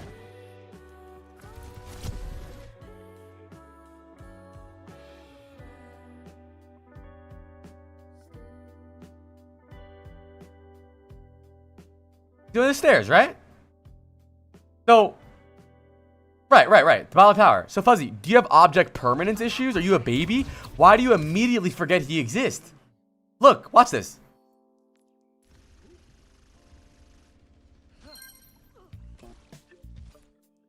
Like I said, take your time, get the right target. The Moira was distracted by the Doom. Your wrist up there as well. The guy that split is Wuyang. Punish these splits, man. Punish these splits. Do you typically make a mental target priority list, or can that lead to tunnel vision? Nah, mental target priority is really good. But you need a mental target priority list and then a barbecue chicken alert list. Which means no matter what I want to focus first, if this happens, I focus that instead. If I see Moira fade, I'm immediately on Moira. If I see Wuyang dash with wave, I'm immediately on the Moira. If I see Sojourn, I'm immediately on Sojourn. If I see Genji no deflect and dash, I'm immediately on the Genji. So right now, your mental focus could be on the Moira Wuyang, but if you see these other cooldowns, you immediately go towards those. And this is, I just think, a tunnel vision issue. And then you ignore the Wuyang, right? And then the Moira phase, but you ignore the Moira. Then the Sojourn jumps, so you can go on the Sojourn, but you ignore the Sojourn, and now you're lost.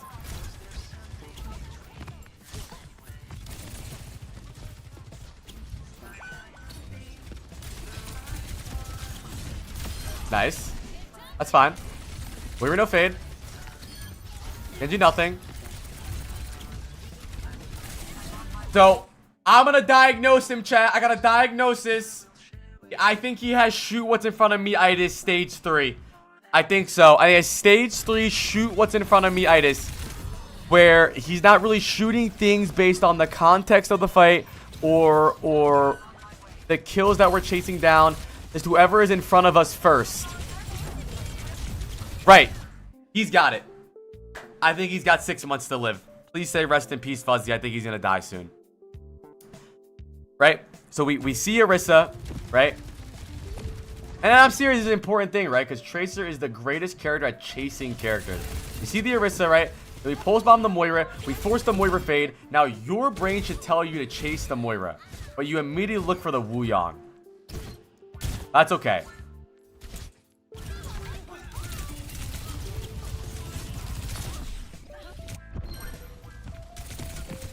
Wuyang. Wuyang very low. Good kill. Genji.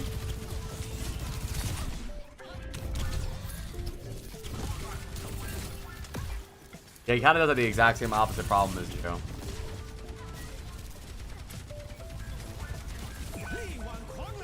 This is a hard point to play Tracer on.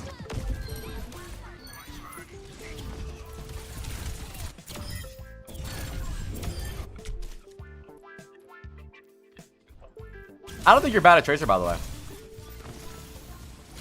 think it's a good VOD. I think on second point, you're making a lot of good decisions. The only thing is, I think you're definitely not shooting things with purpose. Like right here, for example, I would love for you to sit here and think about what can we shoot here. Okay, I see Genji, I see our Sim beaming their Sim, so she's getting low. Maybe I can sneak right here, shoot the Tracer. I see Genji falling, it's an easy tracking target. Maybe I can go far right, look for the Brig. But immediately, your brain shoots the biggest target, which is the Sigma. We're gonna guess the rank after, AJ. What's up, Car? I think going forward, I think a lot of your problem is target focus and where or who you're shooting in general. I think you can have a lot more success focusing the right targets than just shooting what's right in front of you. I think you're just trying to get hit markers and trying to do damage. I want you to try to get kills. Again. You turn the corner, your Doomfist is fighting the Brig, but you're shooting the Sigma. Granted, the Sigma is low, so I see where you're coming from, but where's our team at? Where's the damage going towards? Is there a lower target? So why did you kill the Sim? Not that it's a bad thing, I'm just trying to make a point. Why did you kill the Sim?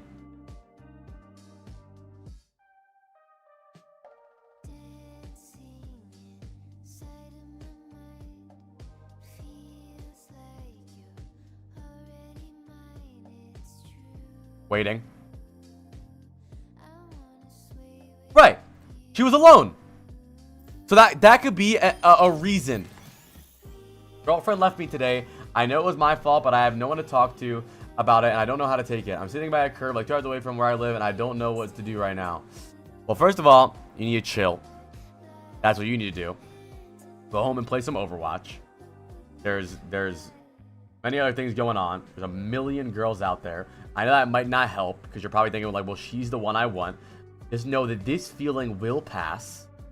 This too will pass. This feeling will pass. Right? You'll be all right.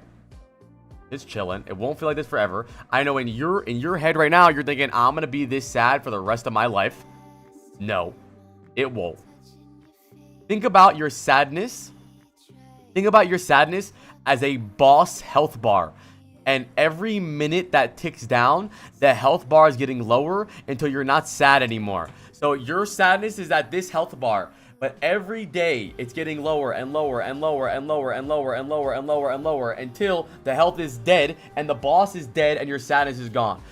Time will heal the wound, bro. You're good, man. Just chill. Play some games. Good target focus. Good.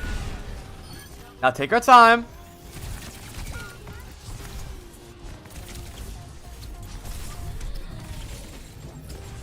So,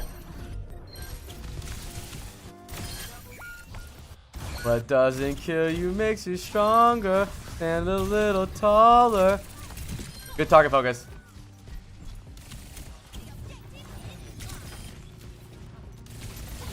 Wait, we're no fade. We're no fade. No, no, no, no, no, no, no, no, no, no, no, no, no. Be confident there. You can go grab the mini, steal the mini from her, and shoot the Moira.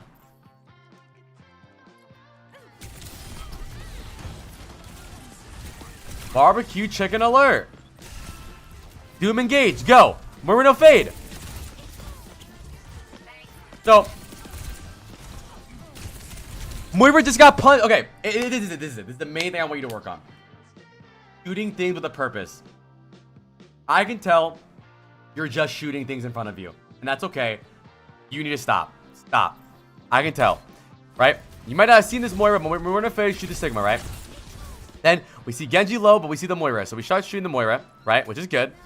Right? We're shooting the Moira. We're shooting the Sigma. Then the punch. We hit the Moira. Moira low. We shoot the Sigma because he's the closest thing in front of us. Don't worry about shooting the fastest target in front of you. Don't worry about shooting the closest target in front of you. Worry about shooting the best target. Who needs to die? Who's the easiest target to kill? Who's their supports? Who's being focused right now? Right? Alright guys, we guess in the end.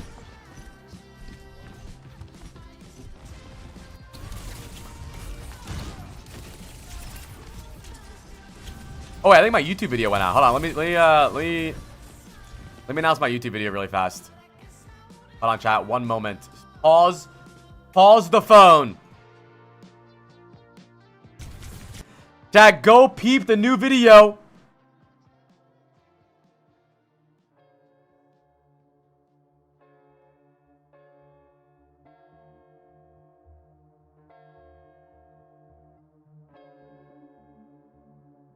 Peep the new video. Hold on.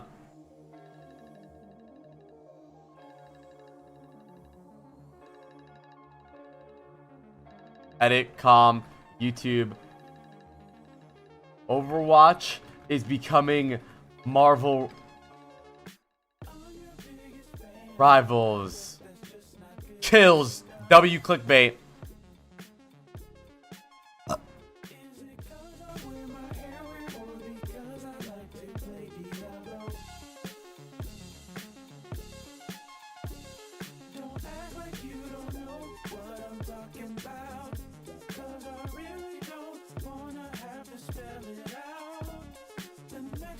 Yeah, stay obtained or chill.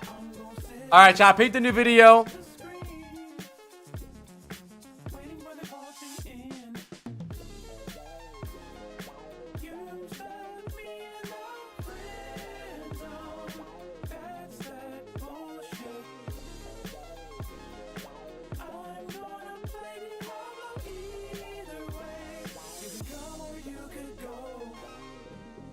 Okay. All right, let's lock in. So far, Fuzzy is a pretty good tracer player, but I think his target focus is a little off. Okay, we punched the Moira.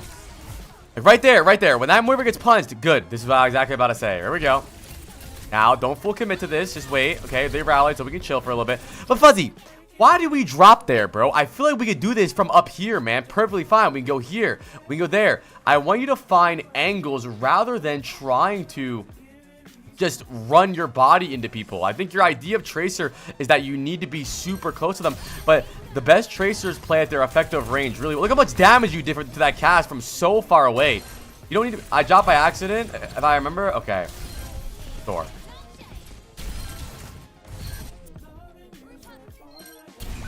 What happened in that fight? Kill.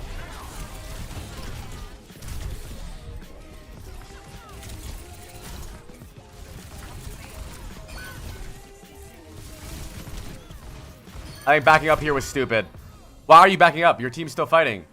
Why back up there? I know you have no recall, but why not fight? Why not hold it down? You are stronger playing closer. You can blink around, blink to the mini, blink into their spawn if you want, blink to the right, blink around to the payload. This doesn't make any sense. This is just dumb.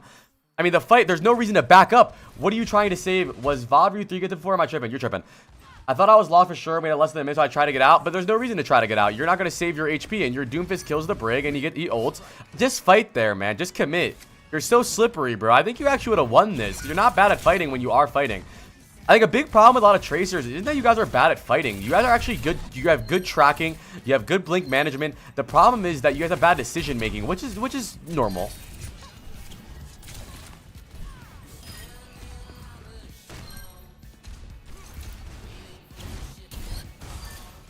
Round of applause for Fuzzy, man. Round of applause for Fuzzy. Fuzzy, I don't think you're bad at all, by the way. The only thing I want you to work on is how you're setting up and the angle you're coming from and who you're focusing. I know it's really, listen, I know it's really fun to shoot this Sigma, right? But he's not gonna fucking die with the rally on him, dickhead. Why not try to poke down the Brig or poke down the Genji or try to blink this way and force the Moira fade? Like, I know that it feels very satisfying. You're like of the hit marker, right? But they're not gonna die. Try to shoot somebody else. I know it makes you feel really good and the dopamine rush you get from the hit markers on your screen, but no, bro, you just got the Brig low. She was low. You have recall. Okay, so you get all of her armor off, right? You can blink this way, shoot the Brig, maybe pulse bomb the Brig, but immediately you start shooting the Sigma. You have big tank-itis. You just want to shoot the tank. Your Doomfist shoots the Brig. Your Doomfist dies the Brig, but you're shooting the Sigma. It's not even just at this point, though. You've been doing it the whole game. Your Doomfist literally saw you. You're fucking Ferris Barrage in the backline. Shoot somebody else. The cast is won. The Brig is the only support left. If you kill the Brig, there's no supports left. The cast is won. You're shooting Sigma. There we go.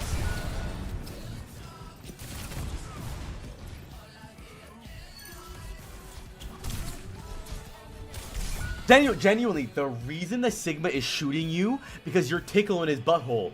He turns around because you're in his ass. He's like, who is this mosquito in my ass?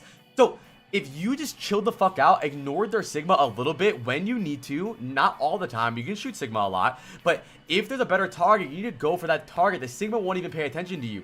So in general, I really want you to work on your target focus and take a second to breathe. Look, eyeballs, then brain, then fingers, right? Eyeballs in the lobby. Who's my target? And then my fingers react to it and I shoot them. It's not just eyeballs shoot, fingers shoot. is where are we at? Where are we at? Where's everyone at? Who's being focused? Did Moira just get punched in the face by my Doomfist? Then I'll focus the Moira. Is I just got the Brig half HP and my Doom engaged on the Brig? Let me stay on the Brig. Now switch to the Sigma. Don't be proud of yourself for damage and proud of yourself for hit markers. Be proud of yourself for securing kills, which is Tracer's best job or strongest part of her. Is she's a really good kill securer because she can be. Well, you can shoot the Sig to get pulse and then then pulse the Brig if you want, but he didn't pulse the Brig. That's not bad. He didn't pulse the Brig though. He pulsed the Sigma. So, again, I think you're just looking for the easiest and biggest hitbox to shoot. But you're good, bro. Your aim's not bad. I don't know. Did you convince yourself that your aim is bad so you start shooting tank all game? Because you got good tracking, bro. You're not bad. So the main thing I really want you to work on is focusing the right targets. Who's low, killable, who used cooldowns, split, not just the biggest person and the closest person to me. I think you'll get so much better. I promise you, you will find your... And also, on that same note, don't switch targets as much. I think you tend to switch targets a lot. I think you deem things unkillable way too fast. Like, you'll put a clip into somebody, they'll be half HP, and like, ah, fuck it, I'm switching targets. Nah, keep peppering them. They'll get low, they'll use cooldowns, they'll have to run, or they'll die. Don't switch targets as much. If you get a Brig half HP, and not even half, like this right here, that's enough damage. That's enough damage for a Brig to die. That's good. Her armor's gone. You blink this way. You're on the Brig. Now, you might say, well, Ply, what if I don't kill the Brig, though? But if you don't kill the Brig, that means the Moira is looking back on the Brig. So now the Brig is fighting you, the Moira's healing your Brig, and now who is healing the Sigma? Nobody. But when you're just shooting the Sigma, Brig and the Moira are healing the Sigma. You're just damaging, and they're just healing it off. But if you shoot the Brig, the Moira heals the Brig is shooting you, or the Moira's shooting you. Now the Sigma's alone, getting peppered by everyone in the front line. You need to think about how you can get more value on who you're focusing. I think you just tend to shoot the tank and expect something to happen. Besides that, try to think about where you're fighting from.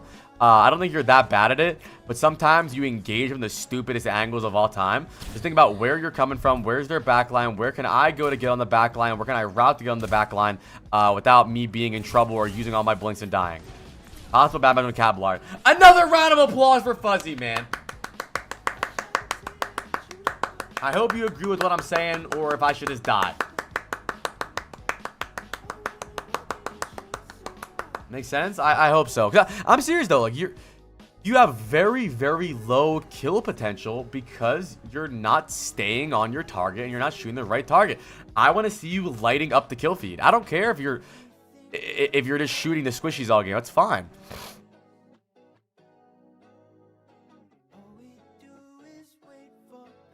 Okay, let's guess his rank, chat. What rank do you think he is just based off that gameplay?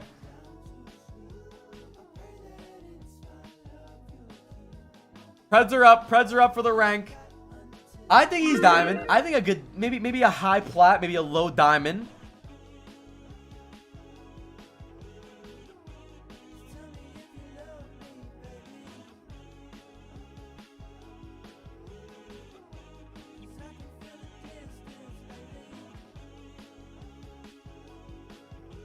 Preds are up.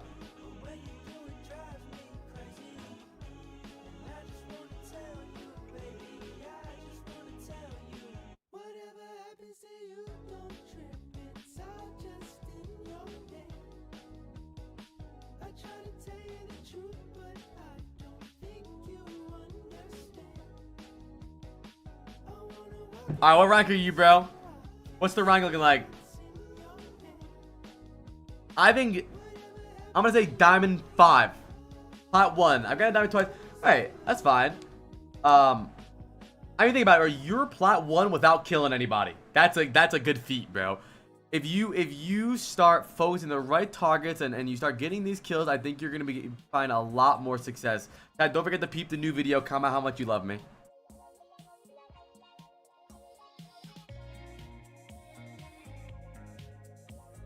One second, chat. Hold on.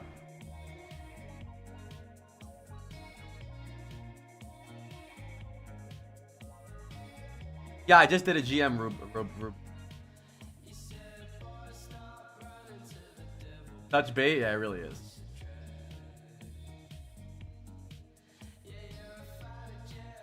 Actually, adding a second. I'm adding a second thumbnail to it right now.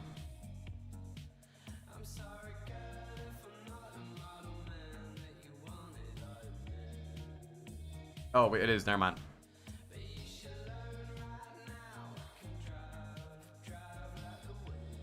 Tad, do I have permission to poop really fast? Can I poop?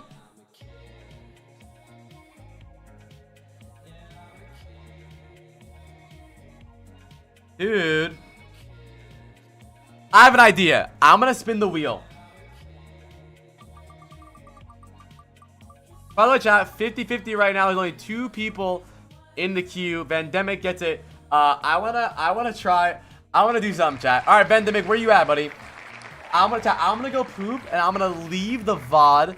I'm gonna leave the VOD on for you guys to VOD review. You guys type everything that you think they're doing bad, and then when I come back, I want to see if you guys were right or not, and or try to guess what I'll say about it. I'm gonna I swear I'm just donut. Oh, Bell Pepper, $25. Yeah, let me add Bell Pepper. I got you, bro. I got you, Bell. My only sunshine. All right, I got you. But I forgot. I didn't add you to the wheel. I'm sorry. No, bro, I'm cooked. No, don't worry. Thank you, Bell Pepper. Don't worry. When I come back, I'm gonna rewind the VOD and actually do my own VOD review. I'm not gonna scam this guy. I'm gonna rewind, but I have to poop. So, you guys watch Vendemic and type what you expect me to say or what you think. I'm gonna go poop really fast. Usually on Tuesdays and Fridays, Rubu, and they're usually 5 gifted subs unless the queue is closed and I make them free.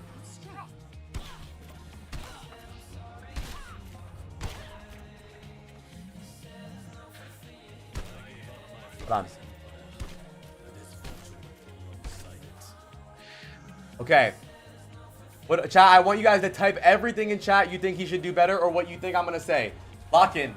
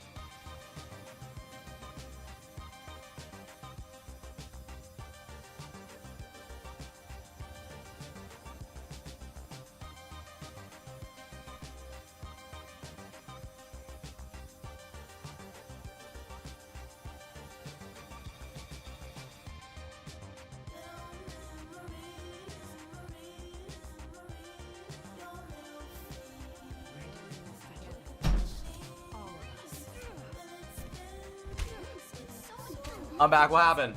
I've decided to learn them all. Oh, Coco. Everything's online. Functionality looks good. Long last diagnostics check couldn't hurt. What happened? What I miss? Angela! I can call you Angela, right? I'm a little hurt. They're roasting him? Okay, let me see. Let me restart. Let's go. Ready for battle. Okay, let me read the chat. Let me read the chat. Okay. So you guys said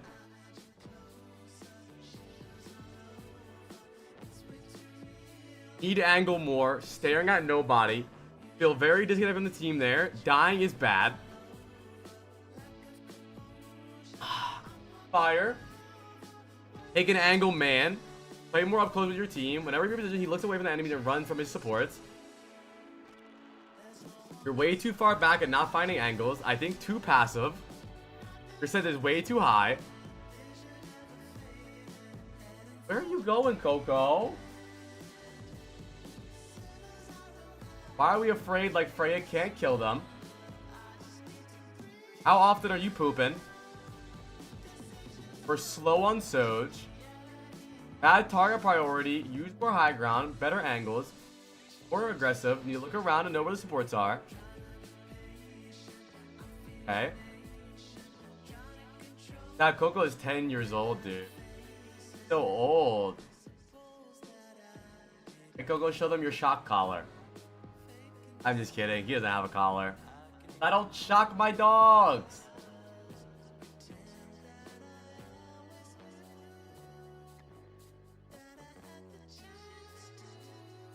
I don't know. I finished pooping and he was just in here.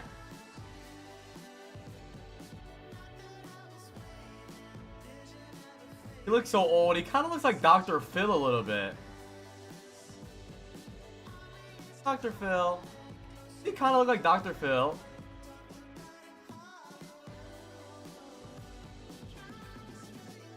Nah, I call him old man. Hi, old man. Hi, old man.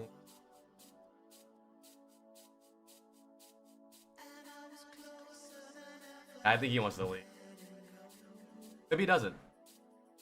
Let's see if he'll sit here. I think he's gonna climb on my desk though. Okay.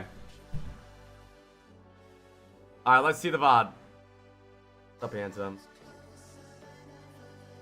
No shocking for a good boy. I mean, you literally don't need to shock your dog. Oh, I saw a crazy clip. Wait. Before we move on, I have to show this.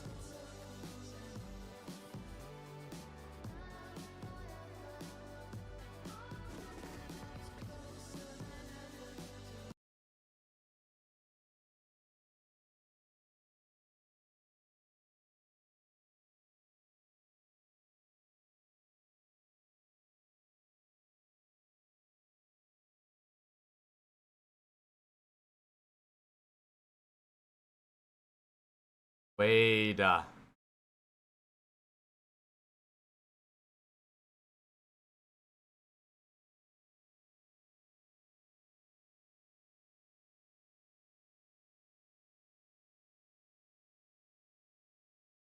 on.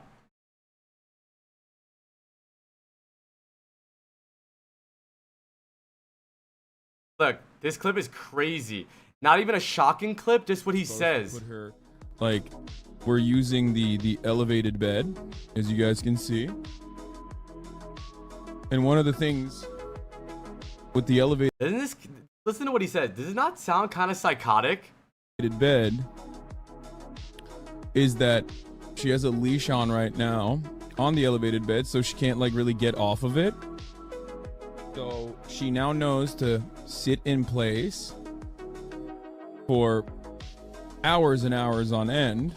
Is that dude, and is that not crazy? You don't even like sitting still for 5 minutes. Oh, she's a farm dog. She's a farm dog. That dog wants to move. And by the way, he streams for like 8 to 9 hours. That's just insane. That dog's a prop, bro. You guys always ask, like, where's Paul and Coco? How come we don't see Coco ever? Because, bro, what's the move, bro? He explores the house. We got a balcony he likes to go on. He goes in the backyard, bro. He does what he wants, man. No. Place, no. Pop, that's the thing, though, is knowing place or cage is not bad. Paul and Coco both have a cage, right? They know their cage. When we leave, they go to the cage, right? The cage is supposed to be there for purposes, right? Maybe someone's over the house. Maybe they were bad. But the reason that dog has the place is so that it can be on stream. It's a prop. Hours and hours on end. Place for hours and hours on end. So she now knows to sit in place for hours and hours on end. Yeah, place isn't supposed to be something negative. It's supposed to be something they want to do. But now she knows that she needs to sit still for hours and hours on end. Like, what, Coco? Is that crazy? Fucking crazy.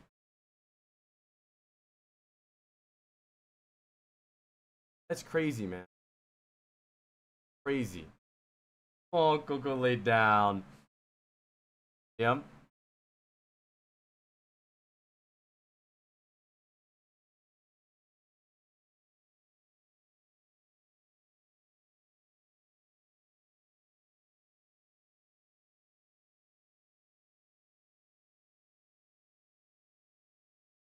No need to shock your dogs, man, and no need to have. I mean, the place is not bad. Like, I mean, it's just like even let's say he never shocked the dog. That's not what you're supposed to do, bro.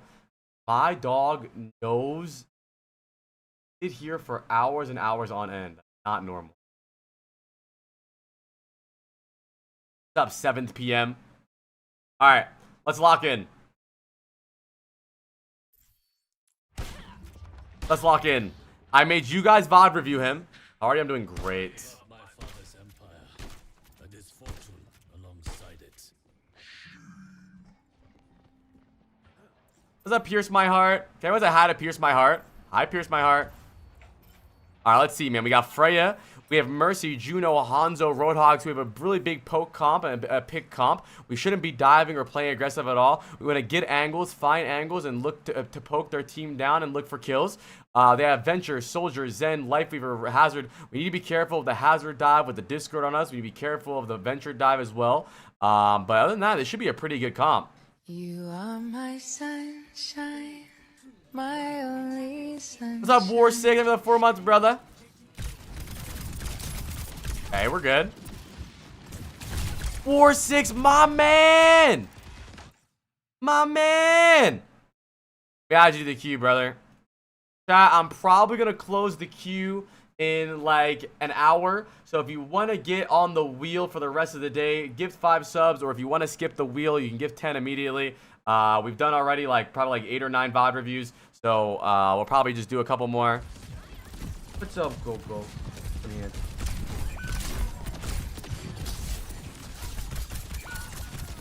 What do you think of Mina? I started playing like 2 days ago and I've been only playing her. Mina's awesome, dude, and she's fucking cool looking too. You know what's funny, chat, is I don't know if you guys are very well versed in Valve, but TF2 got a lot of hate early on. If you get 5, you get on the wheel, which you will get a VOD review regardless, but it's RNG on when you go. You will go today, but if you give 10, you go immediately. Valve got a lot of shit for TF2 for only having male characters. So Valve was like, watch this. And now they're making some of the coolest female designs I've ever seen in my life. Like some of the best. And they're not just horny Gooner skins either. They're so fucking cool, dude. My man, 7th. You'll go next, buddy. I got you. Thank you, 7th. My man.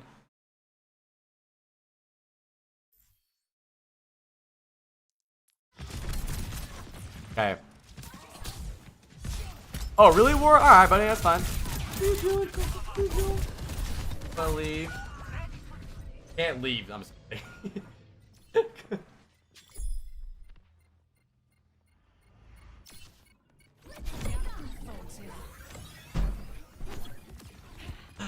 Imagine. Probably in Furnace. Shock him! Sorry, let me focus. Bro, my dog wanted to leave, so I let him leave, bro. My LO.